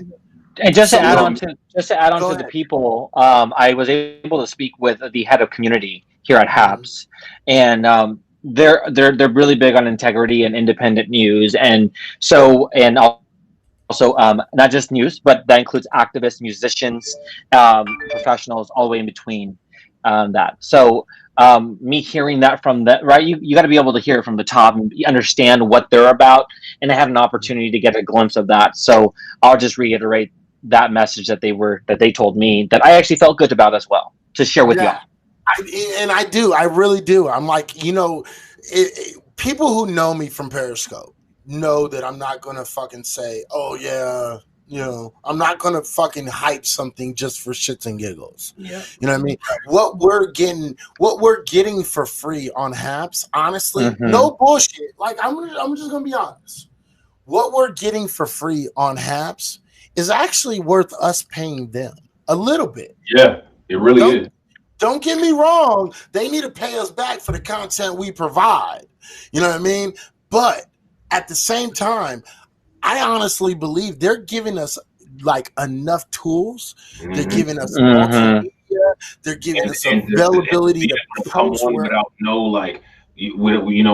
they just let us sign in and be able to do this shit without like being on here for a month or two or something like. I mean, they let you multi-stream.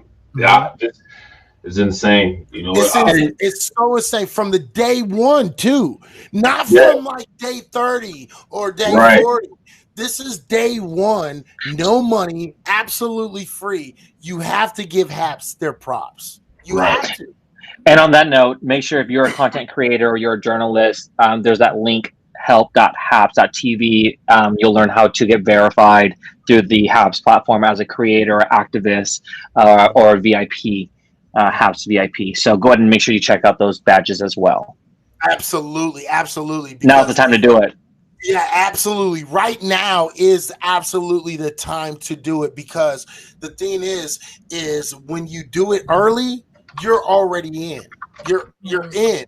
And when this app, and it is going to get big, do not get it twisted. Haps will get big, because once Periscope goes away, there's going to be an influx of people that come from Periscope that come here. There's going to be an influx from all these other groups, because once Periscope starts bringing in numbers, people are going to be like, oh, hey, let me check this out, right? You know what I mean? And so the thing is you have to give Haps its props. Haps is out here doing this shit, and you got to give them their props, man. So far, this is my first day on Haps.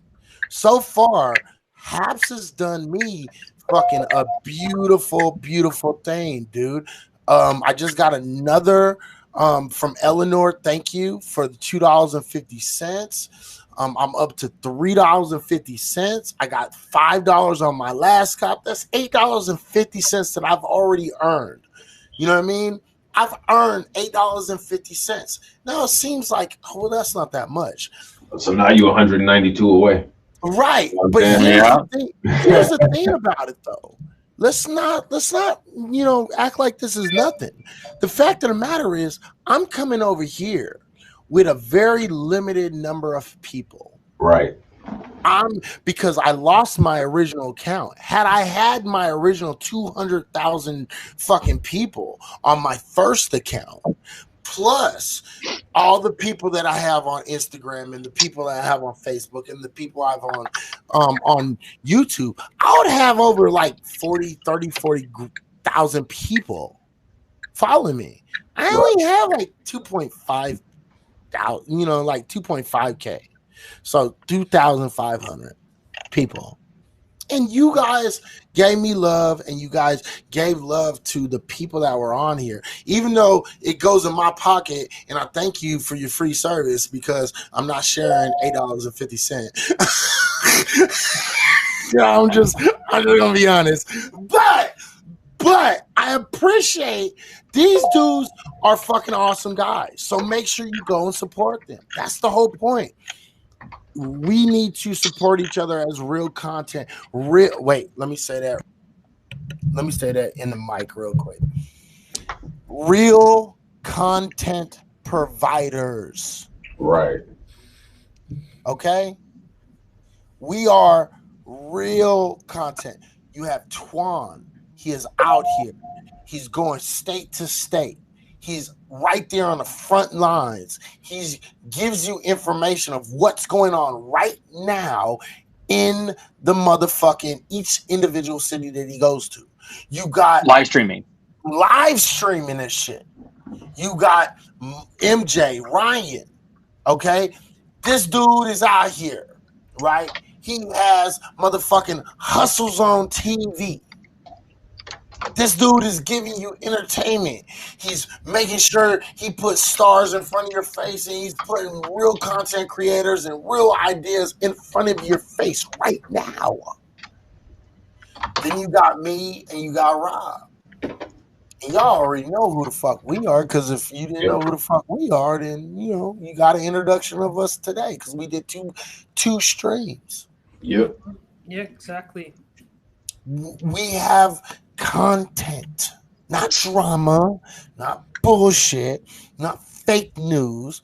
We have content, and I want y'all to understand that content is key. Support your content creators. Facts. MJ, Twan, Rob, me, and everybody else on here creating real content. Support them. All right, ladies and gentlemen, thank you for everything. You already know who the fuck I am. I am Izzy fucking High, okay?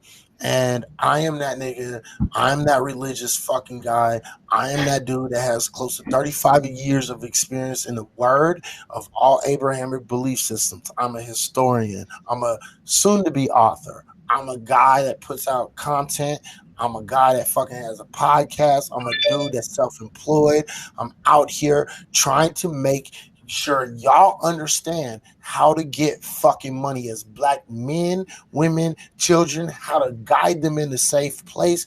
Make sure that we fucking come up. Make sure that we do the right thing. Make sure that fucking we have an economic foundation in which all black people, all black folks, and again, I want to be honest. I'm going to be honest here, and this might hurt my, the people who follow me.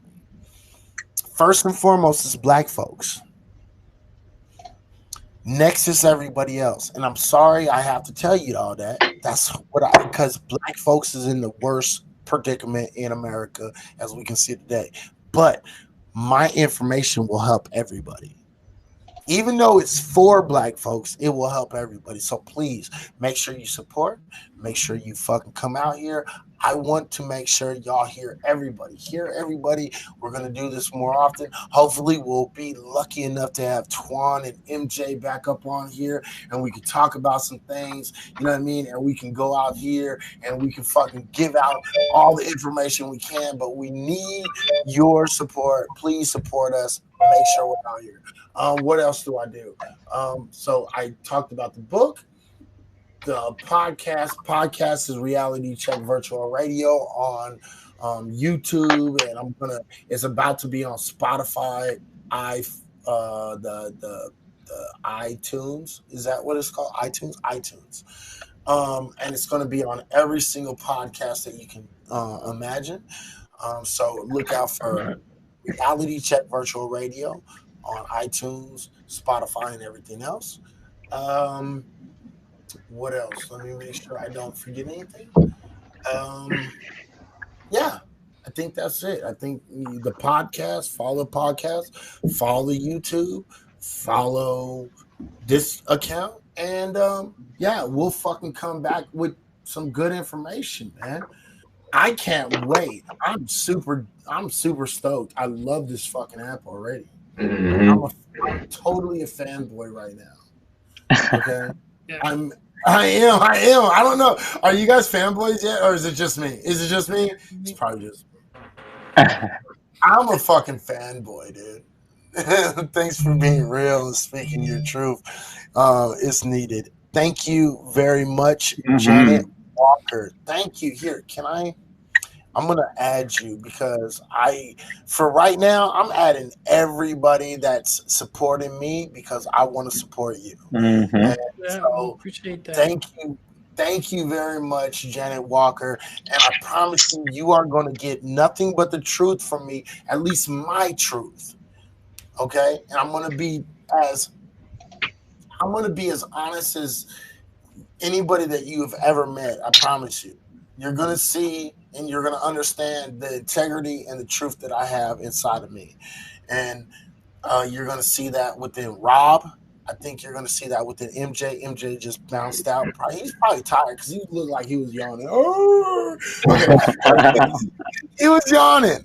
So we're gonna excuse. He's like, oh, here he is. He's back. My boy was yawning. He was like, and then he left, and then he came back. So he's ready for bed. I know he is. Twan, follow these guys, man. You guys have listened to them yourself all night long. These dudes are fucking awesome, dude. You can't be mad at these guys. You absolutely can't. So, hey, man, have a great night. You guys got anything else to say before I get the fuck out of here? Because I'm going to, well, actually, I'm lying. I'm not going to bed. I'm going to take a piss. And I'm going to PS5. Hey, that got shit to do. All right, yeah. So check that. Check your news feed. You know what I'm saying. Make sure that you follow all of us. You know what I'm saying. Check your news feed because I'm gonna be dropping some videos, and then we're gonna be doing these live streams a couple times a week. So make sure you're there. You know what I'm saying. Follow our other social media. You know what I mean. Yeah, absolutely. That's about it. Rob, what are we going to really try to do this at least 2 times a week or 1 time a week at least? What are we going to do? Whatever we can do, I'm cool with. I'm going to try to get 2 a week in, like as far as me, Rob, you know what I mean? And again, because I open this invitation to you too. Not because, you know what I mean, I'm, like partial. I opened this invitation to you guys because you guys had the nuts to ask to come the fuck on here. You guys had the nuts to fucking say, you know what? Let me come on. This dude seems cool. So I'm going to say, I'm going to open, if you guys ever want to come on, both you, Twan, and MJ, Ryan, if you ever want to come on, you are always welcome. You will always have a seat on here. You will always have a seat on here. Even in the middle of a show, I got you. All right? You support me, I support you, I got you. Loyalty is a fucking huge thing to me, so I got you, bro. And I wanna make sure you guys know that right the fuck now, because I will come into your streams and I will support your streams just as much as you support mine, and I appreciate it. So Is he trying to bring his atheism to another platform? No, I'm not trying to bring my atheism to another platform. I haven't even talked about atheism all night, really, to be completely the fuck honest. So, this is what the fuck I'm gonna do. Suck my dick. Is that lying? Unless that's lying. Is that lying? If that's lying, still suck my dick, but fuck you, motherfucker. You know what I mean? Are you serious? Kiss my ass, fucker, asshole. You know what I mean? So, and I know him, so don't take offense to this, people. I know him. He knows me. All right. I think we're done. I think it's been 3 hours and 24 minutes exactly right now. So thank you. Not including our other stream. Yeah, not including our right. We pulled 3 hours on 2 different streams. I was supposed to get work done. Shit. Right. Yeah, that makes 2 of us. Right. 6 a.m. in the morning. Right. It is 8:30 here. It is. Hey, Lion. I didn't say that shit. Oh, okay. You didn't say that shit? My bad. All right. Hey, Lion, check this out, bro. Get on Hap. Get on Haps, bro. HAPPS. Download this shit. This is the best way to fucking put this shit out. Yeah. Download this app. Follow me. Follow Rob. And get your shit out there, bro. This is a fucking awesome. It's only on beta right now, but this shit is fucking awesome, bro. Come fuck with this shit, and because my boy Lion is he's an Israelite. He's a little controversial, but he likes to talk about that whole Bible situation. But he's a very smart dude. He's a smart dude, so I appreciate him, and so because I appreciate him, I gotta put him up a little bit, bro. Come over here, get the fuck over here, download your shit while we're offline. Come on here tomorrow, man, and put on some good information, bro. You know what I mean? No bullshit. His name is right now is Who Is God #. Okay, but anyway, I'm gonna get off here. I'm gonna fucking take a piss. I'm gonna fucking play some Spider-Man and try to fucking get 100% on Spider-Man, and I'll be back tomorrow, man. Hey, well, peace. You guys have a good night or good night. night. Yeah, it's good to meet y'all. You know what I'm saying? So you already know what it is. Like I said, just check the news feed for some videos. I'll throw them bad boys on there, so y'all have something to hold you over till next round. Hey, give out your final goodbyes, you two, because we're about to close this down. Let's do it. See you later, and protect Black women. I know that's right. That is perfect. I will leave it at that. That is perfect. I ain't even mad at that. You know what I mean? Stay up. Have a great night. Protect Black women. You already know what the fuck it is. Get it how you live it. Make sure you go out here and put out all the greatest information as you possibly can. Let's inform these motherfuckers. Let's get people smarter than they actually are right now. All right? Stay up, stay real, stay black. Stay doing your motherfucking. Wait, let me see. All the information on his atheism and crazy antics will follow him. I will see to it. Hey, Rob, am I wrong, or does that sound like fucking Jay Boogie's bitch ass? Y'all need to debate, man. Look, I know these people by name and everything. Look, I have opened the door for Jay Boogie to debate me since like 4 years ago. This is the fucking scary motherfucker that does not want to debate. I will debate him any day of the fucking week at 1 fucking minute's notice, and that's real fucking shit. Okay, that would actually be a good stream to kick off Haps. You know what I'm saying? Like y'all just debate each other and then go y'all separate ways. You know what I'm saying? Look, and let me put this out there since we're already on here and since you brought it up. I will debate any person at any time, even at the last fucking minute. I have no qualms with it. You make sure you fucking have a title. You make sure you have a subject, and I will debate anybody. I have no qualms with it. I have absolutely no qualms with it. All I need is a couple hours fucking advance notice, because 9 times out of 10 I've already studied it. So fuck you. Anytime that anybody wants to debate, I am absolutely open to it, and I will never say no to a debate. You know why? Because I'm just that motherfucking, I'm that much of a savage. That's why. Because I'm that much of a savage, and I'll absolutely eat anybody up in a debate. That's who the fuck I am. All right? Let's not go there. Let me see. Africa, atheism in Africa. See, and that is Jay Boogie. Yes, African in Africa. I will get you on that shit. Yes, absolutely. Every day of the week, anytime you want it, motherfucker. Because guess what? You got the information that you have based on the information that I gave you. So yes, I will fucking debate that in a hot second, bitch. You don't want this smoke. That's why you won't debate me, bitch.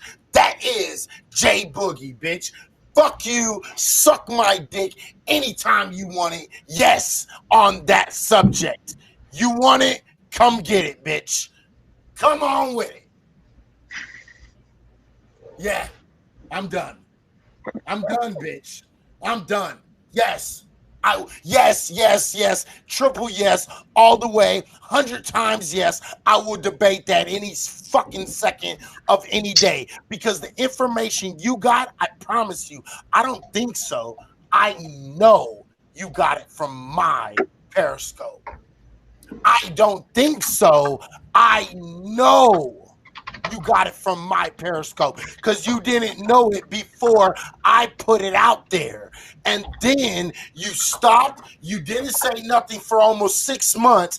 And then after you didn't say nothing for 6 months, you tried to come back and act as if fucking, somebody forgot it. Nigga, I gave you that information. I will absolutely slaughter you on it. You don't want this smoke. Let's get it.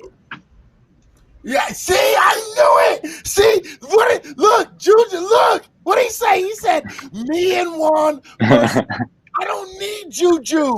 No, I don't need Juju. I will defeat you and Juan anytime, any day, at any hour. I don't give two shits.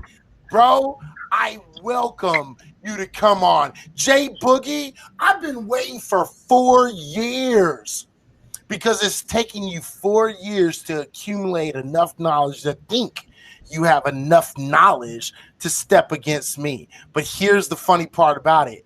While you accumulated what you thought was enough knowledge to debate me in the last fucking 3-4 years, I've accumulated almost a fuck ton more of knowledge.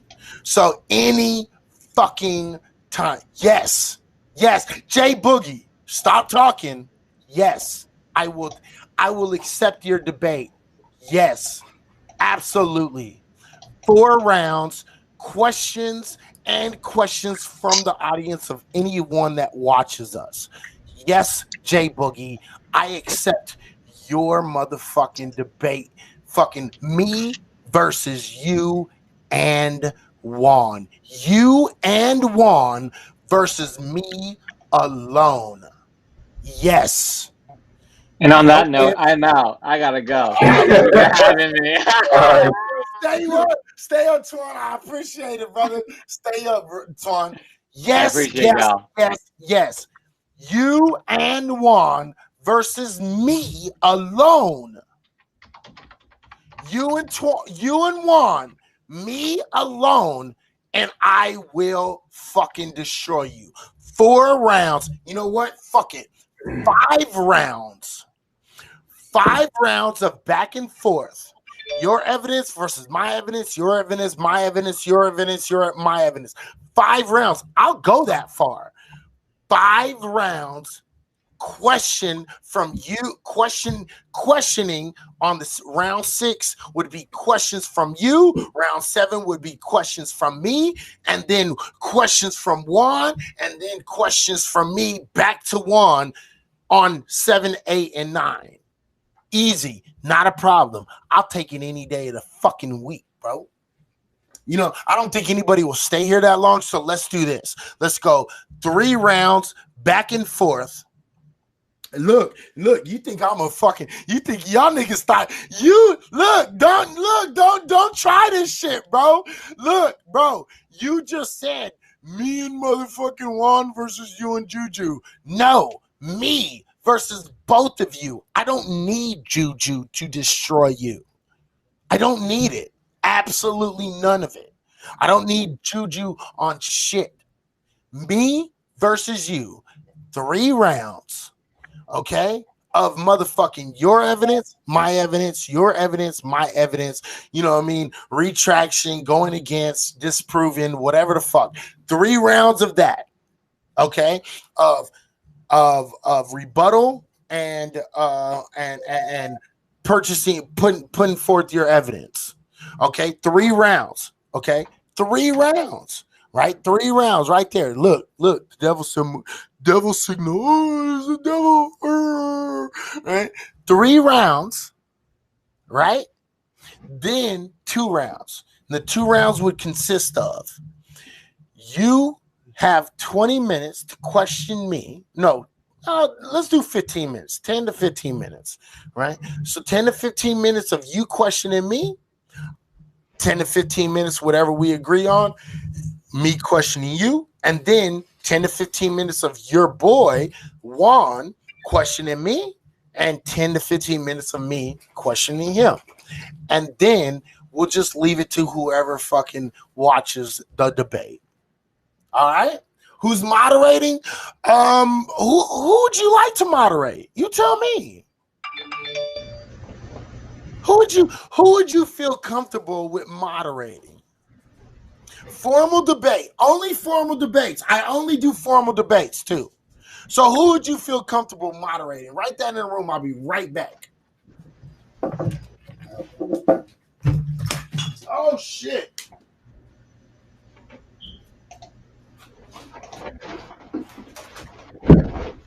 So looks like we got a debate. Welcome to Haps.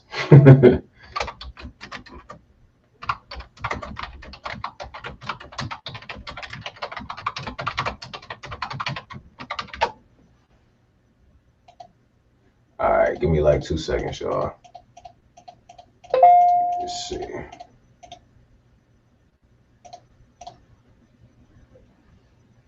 We need neutral moderators. Yeah, that makes sense. So maybe you could pick one, Jay, and Izzy would pick one. What's up, bro? I think y'all should have a friendly moderator, or a friendly debate. You know what I'm saying? Formal, and then y'all do your own thing. You know what I'm saying? All right, my bad. I'm back. Oh, you good, bro? I just put some questions up in here. I apologize. All right, let's read these comments real quick. We need a neutral moderator. I agree to a neutral moderator. Sugar Booger said, "Why are we looking at the back of your head, Rob?" Sugar Booger said, "Why are we looking at the back of your head, Rob?" Yeah, because Rob don't want his face on cam because he knows I read faces like a fucking champ. That's why. So who is he looking like he got early Christmas presents? I did. The minute you fucking even considered saying you want to debate me, that is an early Christmas present, motherfucker, because I will absolutely annihilate you and everything you got to say. And not only will I annihilate you, let me put this very clearly. It will be on YouTube for everyone to see. It will be on every single platform across the board so everybody can see the fraud that you are. Yes, I am so juiced right now. It's not even funny. Like, I'm spending extra time. I was ending this broadcast, but I am so juiced to fucking have you even consider a debate, because I want to slaughter the fuck out of you. That's because I want to end everything that you've ever I want to end you. You know, I've already ended you. Technically, really, honestly, I've ended you. I've ended you on Periscope. I ended you on Periscope like a long time ago. That's why you can't hit more than 100 viewers in a 2-hour scope. So I ended you a long time ago. Now at this point, let me tell you what I'm trying to do.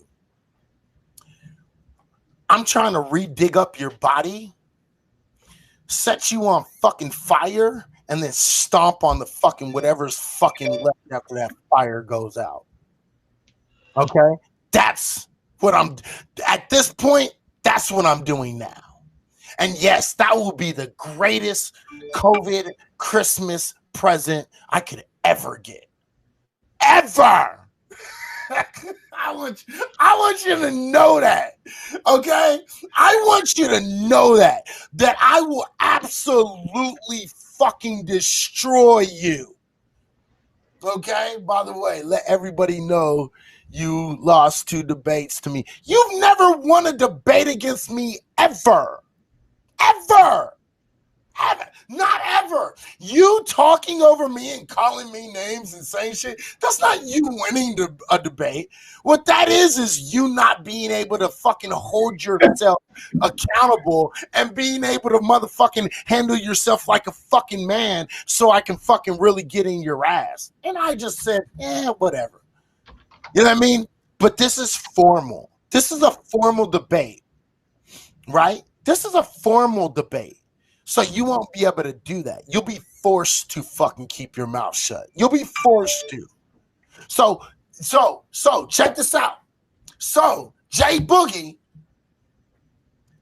who do you accept to be a moderator in this 2 versus 1 debate? Who do you think is a good moderator? You let me know. I'm giving you first dibs. Who do you think would be a good moderator?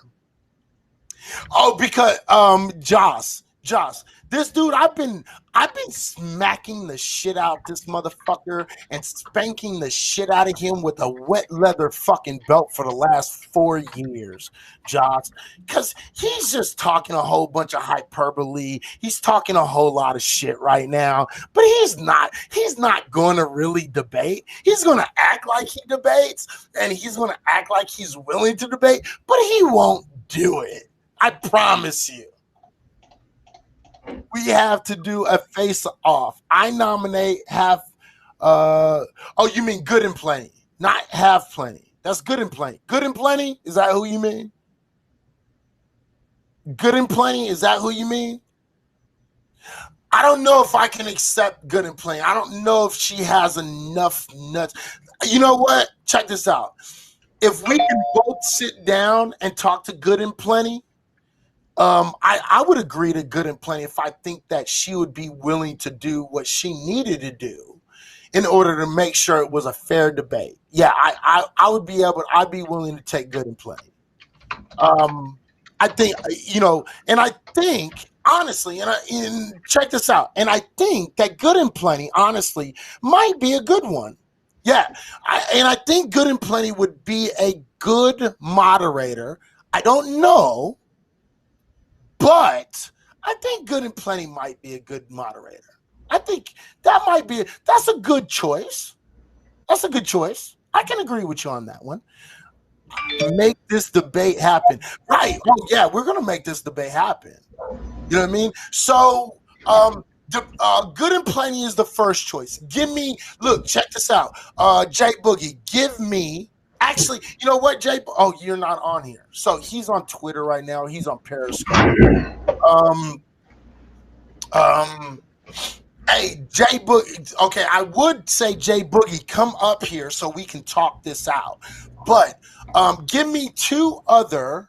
We can have 2 moderators. You have chosen one. I choose one. I don't do those kind of debates. What I do, what's up, Stacey? I don't do the you choose one, I choose one. I don't do that because clearly when you do, I choose one, you choose one. What it is one's going to fucking side with me and one's going to side with you. I would rather have two impartial moderators that sat down, talked together, and said, you know what? Hey, this isn't fair. Let's both do this, because that means they're both in agreement. Somebody's crossing the line, not following the rules. So, name 3 people that you would view as good moderators. Do that for me, Jay Boogie. Put down 3 names of 3 people who you think would be good moderators. You go ahead. I'm going to give you the first choices. And then I'll give you my 3 choices. And then we can go from there. I think that's fair. Honestly, I think that's fair. If I'm not being fair, let me know, everybody in the room. Tell me if I'm not being fair. But what are your first 3 choices? Good and Plenty, and who else? Give me 2 other ones. Good and Plenty, and give me 2 other ones.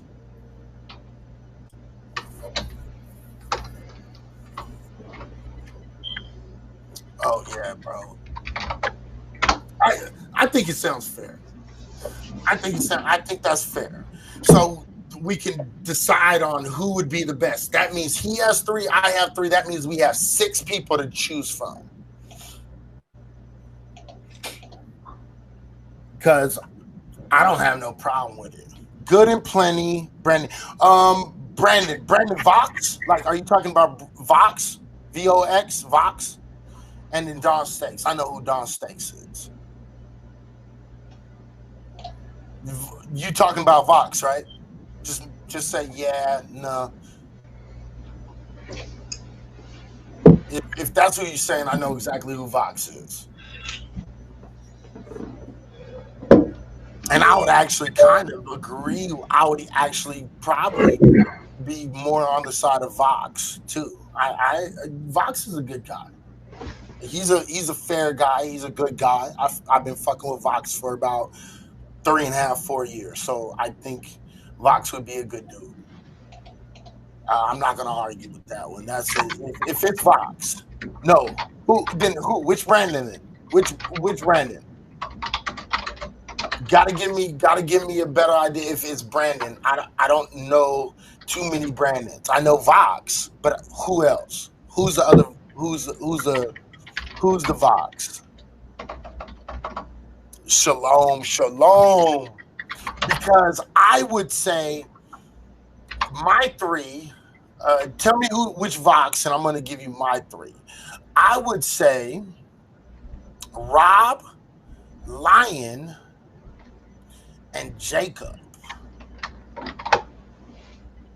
Brandon Crypto. I don't know who Brandon Crypto is. Do you know who Brandon Crypto is, Rob? Yeah, I know him. Brandon, he's like an entrepreneur. Bald head dude. He does like crypto scopes. He got like a travel agency. Like, do you know who he is? Is he what kind of dude is he? Like, is he a legitimate dude? Yeah, he's cool. I think he would be pretty unbiased. You know what I'm saying? You think he'd be unbiased? Honestly. Yeah. I think he would be for real. Okay. Yeah, Brandon, the author, he wrote the book. You know, he wrote the kids book. Oh, the kid, Brandon. Oh, yeah. Okay. I know who Brandon. Okay, I know who Brandon is. Yeah, I think he would be good. I think. Okay, the kids book guy that goes to like Puerto Rico and Cuba. Yeah. Places, right? Yeah. He went to Egypt a couple years ago. Like IF Brandon or ID Brandon or some shit like that. That's the dude that you're talking about, right? Yep, Brandon New Travels. Yep. All right. Those are 3 good choices. Okay. Those are 3 good choices. I would say, let me see. I would say Jacob.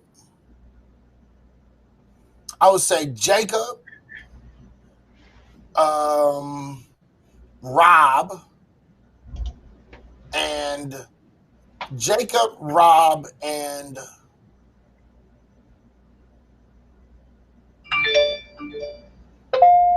Jacob, Rob, and Atheist Husker. Those would be my three. Okay? Jacob, Rob, you already know Rob. Jacob, Rob, and Atheist Husker. Those would be my three. Now, check this out. Now, he is an atheist.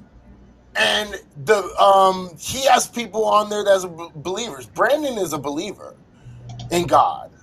You see what I'm saying? So we have to work it in such a way that, we make it even. So check this out. So the list that we have right now, okay, here's the list. Rob, I can agree with Rob. Either other two, I don't know. Okay, Rob, you can agree with. Okay, and you know what? And I can say this right now. I can say Brandon, I agree with. Now we have to both agree to the very last one. And the very last one would be out of Atheist Husker, Jacob, and the other two that you had mentioned. What were the names of the other two? Yeah, hey, Jazz got a good point. He says, what about an agnostic moderator? Right. Well, see, he wants multiple moderators, right? Right. And what I'm looking for is probably a little bit like he probably thinks that I'm looking for moderators that are going to go from my side. I'm not looking for moderators that'll go by my side. The reason why I pick Atheist Husker is because he's a formal debate guy and he knows the rules. And I trust Atheist Husker to be a dude that would stand up on principle and not by belief. And he would stand up on debate rules that we have set forth. So the reason why I said Atheist Husker, that's the reason why. Rob,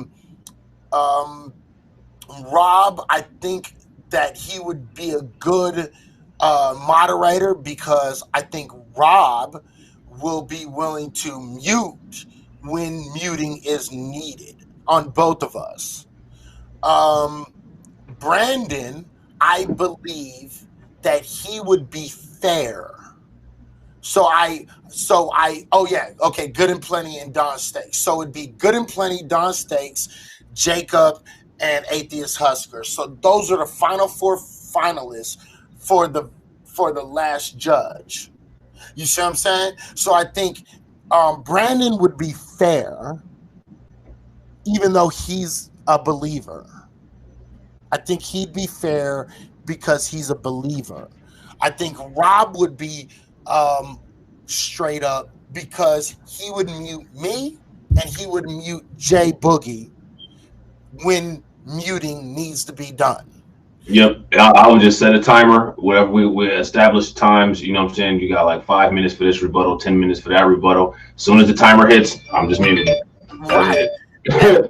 And then the third, I think, should be either agnostic or atheist because Brandon, we both know, is a believer. So I think an agnostic or an atheist would be another good judge. So I think it would show that Rob would be the guy that kind of keeps order, right? One believer, one atheist. I think that's fair. So I think that's fair. So, if you can, so check this out. So we have an outline to the rules. Jay Boogie, do you agree we have an outline to the rules? Just a basic outline. It's not a, in sand, totally absolute outline. We have a basic draft of an outline in what we're both going to do. Do you agree that we have that much? Watch this. Watch this. I'm going to do that.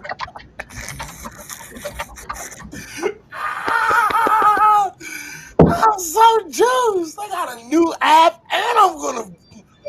No, not late. It's a basic draft, not like a absolute fact. This is what we're gonna do. You don't believe that we have a basic draft?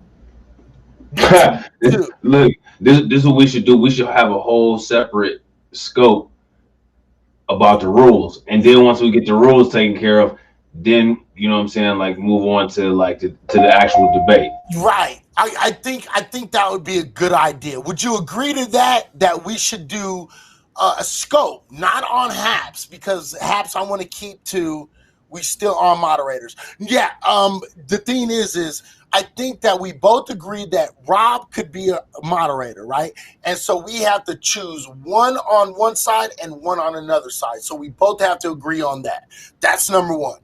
Number two, we have to agree to the rules, the regulations, and the time limits. We have to agree on that, right? Once we agree on those things, we got to contract. We have to contact and get a commitment from moderators. Okay, I get you. But we do understand each other. We're talking about what, 3 rounds, 4 rounds? I'm thinking 3 rounds, 4 rounds, right around there. And then question, what, maybe a 20-minute question period for each. So, you know what I mean? 20 minutes or no, because you have two people on your side and I only have me. So let's go 10 minutes question time. I think that would be fair. 10 minutes questioning time would be fair. And then after that, we can go final argument. And the final argument, we get, a certain amount of time that we can both agree on. 15, 20 minutes. Yeah, 15, 20 minutes is probably about good. I think 10, 15 minutes would be good for me. You know what I mean? So think about it, ponder it.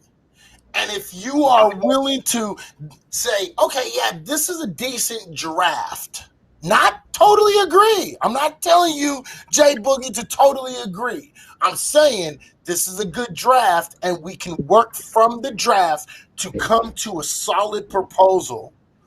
I am totally willing to do this. Abso-fucking-lutely. Set a goal. Let's finalize the rules by Wednesday night. Absolutely. That's tonight. So we'll finalize the rules by tonight. Nah, let's not do it so quick. Let's finalize it within a week. But let's push it down to make sure everybody has their studies intact and make sure 15 minutes opening argument from both. I can agree to about 15 minutes. 15 minutes, I think, is a good amount of time for the argument. I think that's a fair amount of time, 15 minutes. But are we doing, okay, so is it going to be 1 versus 1 or are we going to go 2 versus 1? Because if it's going to be 2 versus 20 minutes to lay out arguments for each other. Okay, so check this out. Is it going to be 1 versus 1 or is it going to be 2 versus 1? Because the problem with that is I have to make arguments for not only you, but I have to make arguments for your partner. So is it going to be 1v1 or is it going to be 2v1? Okay? If you want to do 1v1, I'm down. We want to make 2v1, 20 minutes rebuttal for both. I think that's a little bit too much time. If we only got 15 minutes to argument, I think it should be 10 minutes rebuttal. That's usually how formal debates go. You have less time for the rebuttal, but I would say 15 minutes opening, 10 minutes rebuttal, and then 15 or 20 minutes close. I would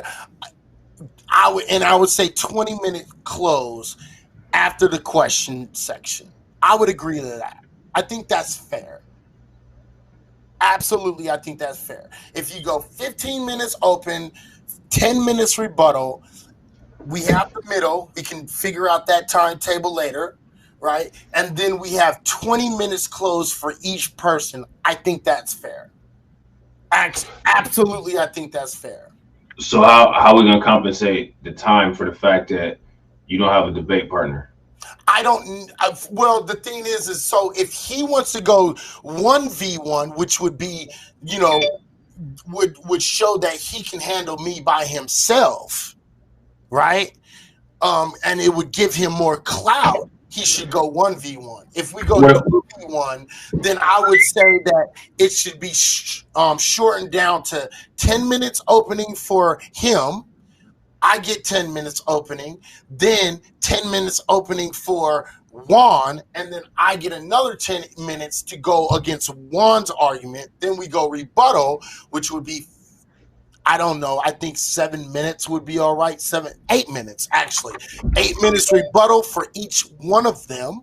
And then I would get 8 minutes for one and 8 minutes for another one. And then we go question. And then the question would have to be a little bit shorter. So it'd be one questioning, and then I get to question him back. And then the other one comes and he would question, and then I would get to question him back. And then it would go closing would be I don't know, about 13 minutes if it's two people, because we're trying to make sure that it doesn't take too long. 15 minutes open, 10 minutes rebuttal, 15 minutes close. Okay. No, we got to do the question right before close. I agree with the time limits. I say yes with the time limits. The questioning has to be before close. Questioning has to be before close. That's the only thing I argue with that. The question Q&A has to be before close. That's how usual formal debates go. Questioning before close. If the note goes down, you might as well include Juju, because he's going to want to debate as well. No, I don't give a shit what Juju wants to do. I don't care. Juju is his own man. I don't. That's not my job. If you want to propose to Juju that he be a team member, and he calls me, and you get him to call me, then okay, we'll talk. Me and Juju will talk about it. But I will not contact Juju to ask him to be my partner. I don't need him to be my partner, but I will accept him as a partner if you really think it's that important. I just don't need him. So it's not something I need. I can take both of you guys on. I don't have a problem with it at all. We were about to be gone, but Jay Boogie came in here talking shit. And this is the furthest me and Jay Boogie have ever gotten in the talks of a debate, an actual formal debate, because original was supposed to be included. No, and I agree. Uncle Juju was supposed to be a part of the original. No, I agree, and I understand that he was supposed to be a part of the original, but you didn't want that. You didn't want the smoke when we had posed you and Juan versus me and Jay Boogie. So he's out of the question now. So I agree that he was supposed to be. It was supposed to be me and Jay, Uncle Juju versus you and Real One. I absolutely agree that that's what it was supposed to be, but you refused to take that fight. So now this is a whole new thing. This is a whole new gauntlet being laid down, because after you want to take that gauntlet, then I lifted up the gauntlet and I said, I ain't got no time for him. Fuck him. So my thing is this: if you want to talk to fucking Juju and see if he wants to do the 2-on-2 debate, then you're going to have to get a hold of Juju and tell him to get a hold of me. Hey, bro, I'm going to drop down. Wait, don't leave yet. Hold on. We're almost done. So let's do it for the family before Periscope closes. Well, I can do Periscopes from here, And I think this is a broadcast on Periscope. Right, this broadcast on Periscope because we have Periscope running right now. So I think we should do it from here because we can broadcast from not only Periscope, but we can put it on YouTube and we can put it on fucking Instagram and we can notify everybody on Instagram, you, me, Rob, and everybody involved. So we should do it from here because it'll be on Periscope. I promise it will be on Periscope.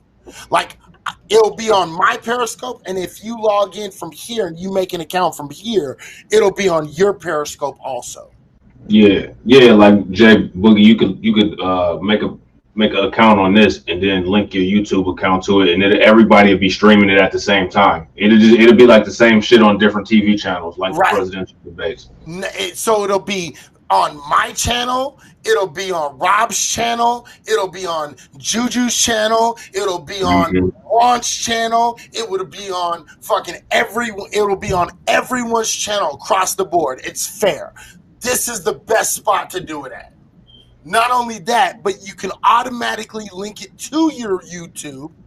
I think me and Juan versus you and Juju, old Jacks versus new Jacks is fair for everybody. Again, I'm not opposed to it, but you're going to have to get a hold of Juju and get him to contact me. So that's the only thing I'm hanging on. You're going to have to do that because I'm not going to get in contact with him. I'm not going to do that. I don't need him, and so I'm not going to do that. But I understand where you're coming from. So if you can get him to contact me so we can set that shit the fuck up, I'm totally agreeable with it. I'm willing to say, okay, yeah, I'll do it. Absolutely. You know what I mean? And I think it's fair. And then we can give each other a month to make sure we have all of our fucking content together. We can make sure we have all of our information together, and we can do it like on March 1st, between March 1st and March 15th. That would be right before Periscope ends, and that makes sure we all get the most amount of okay, no problem. I don't see why he wouldn't agree. He originally wanted to do it. Okay, so you get a hold of Juju and you let me know what happens. All right. So and until we get an answer, you're more than welcome to come on to my streams, any of my streams from Periscope to this app that I'm on right now. I will agree. I'll let you ride and I won't say nothing. That's a good day. Okay, so between the 1st and the 15th. Okay, see? All right, so we working here. So we got shit working.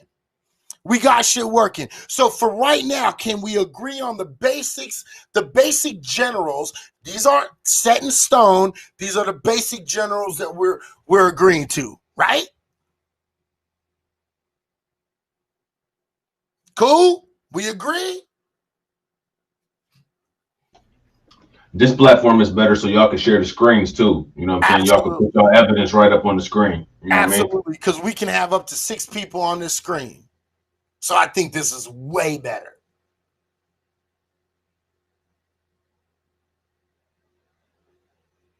We agree? We agree, Jay Boogie? Oh, yeah, this is going to be... Okay, no problem. We got a tentative plan. Cool. All right, then. We agree. Until then, you work on your shit. I work on my shit. No talking shit about the other person whatsoever until we have absolute fucking rock solid plans. That's agreed. You don't talk shit. I don't talk shit. We don't speak on each other until you can start talking all the shit you want. Once we have rock solid plans and we got a date and we got an agreement on how we're going to run the debate. Deal?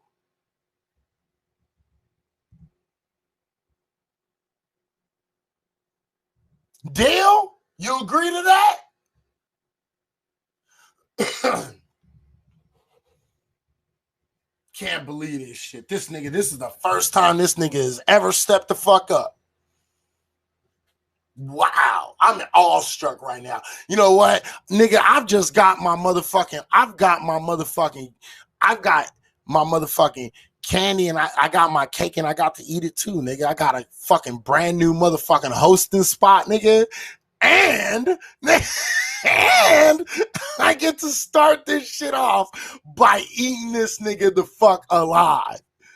This is absolutely, you can't ask for nothing better than this. Right, like you can't plan this shit. Real shit. You cannot plan this shit. All right. So, J Boogie, we got a tentative plan. You're more than welcome to come into fucking my scopes. Please don't disrupt the scopes at the end. Let's get it. All righty. Cool. All right, then check this out. When we're gonna do this shit, we're gonna make this shit happen. Get a hold of Juju. Once you get a hold of Juju, get back a hold of me, and then we'll make this shit happen, because we got plenty of time in between to make it happen. So once you get a hold of Juju, come on back in, and we'll make this shit permanent for sure. All right, deal? Because we doing this shit. It's over. It's over from now on, nigga. It's over, nigga. It's over. Nigga, 4 years waiting for this shit, man. You know what I mean? 4 years waiting for this shit, man. Ugh.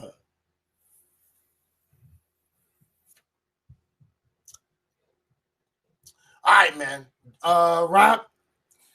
Yo. You seen that shit. You seen everything written. You saw that fucking what he's agreeing to, what he's saying. Yeah, okay, I fucks with it, right? You see that shit, right?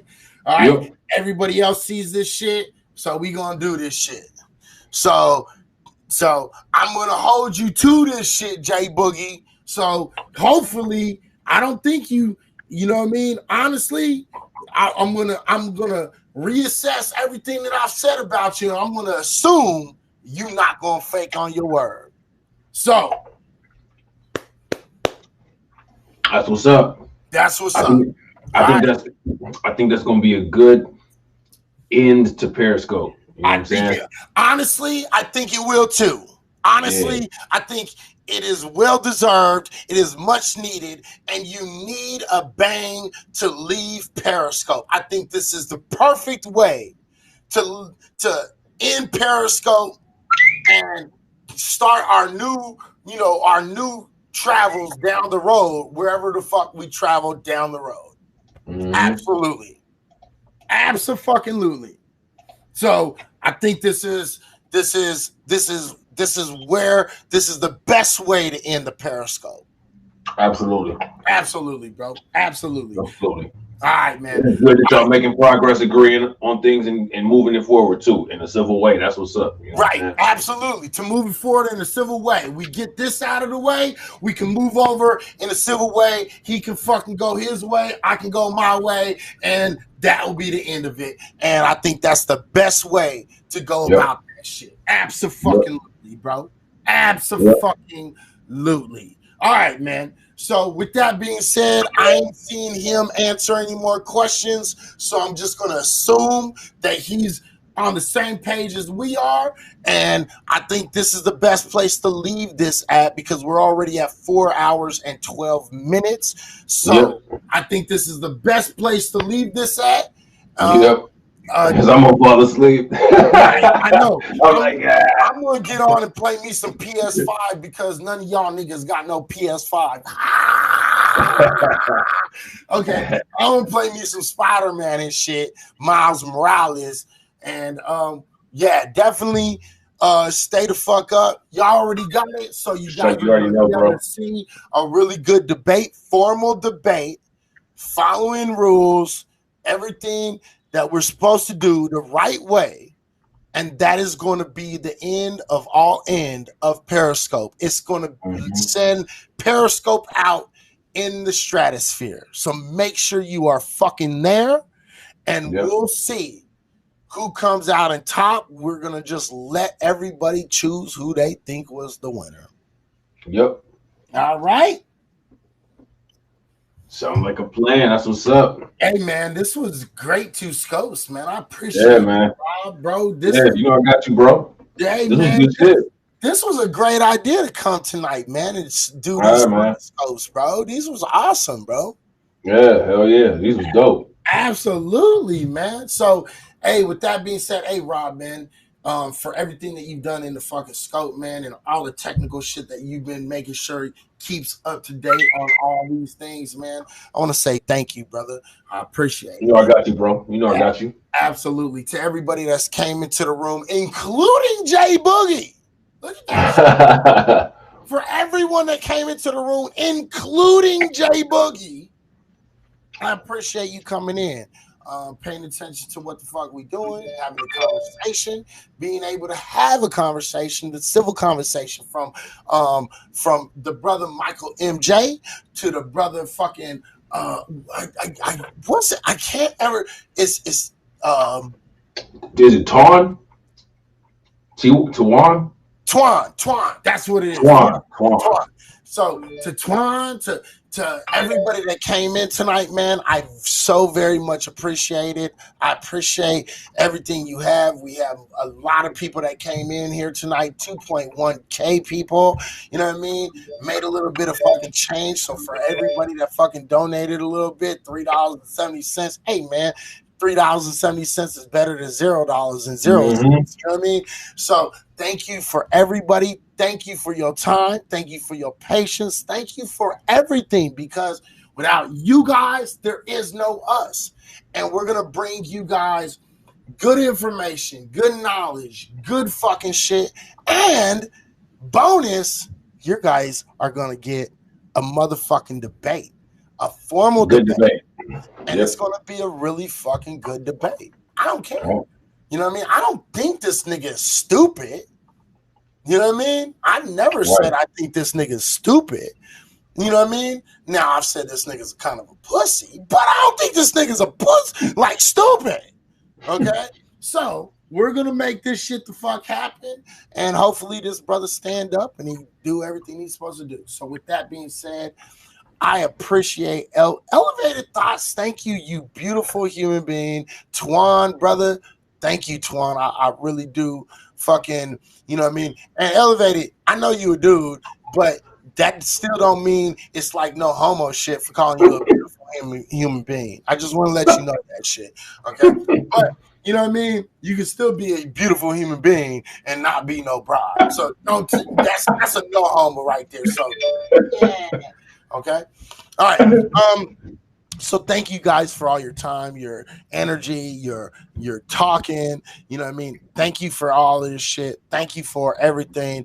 I appreciate everybody coming in, and we're gonna motherfucking make sure that we bring you the best content we can possibly bring you, and you guys are gonna fucking see the building of reality. We already did it. Day one. We secured a guaranteed debate. Right, absolutely. Nobody else on Haps did that shit today. Right, you know, that's true shit. So absolutely. So on behalf of Reality Check Virtual Radio and Black Light Revelations, we're gonna make sure we bring you the best content. Whether you agree or not to agree, we're going to give you the best content we possibly can. We're going to give you as much info as we possibly can, and we're going to make sure you are given all the possible information so you can make the best choice in your life on a day-to-day basis. All right. So with that being said, hey, you done? You done, Rob? Yep, that's it. All right. Then. Everybody have a great day and night. Go out there, get your money, stay real, stay doing you, stay being unapologetically black. Stay up. Peace. Peace.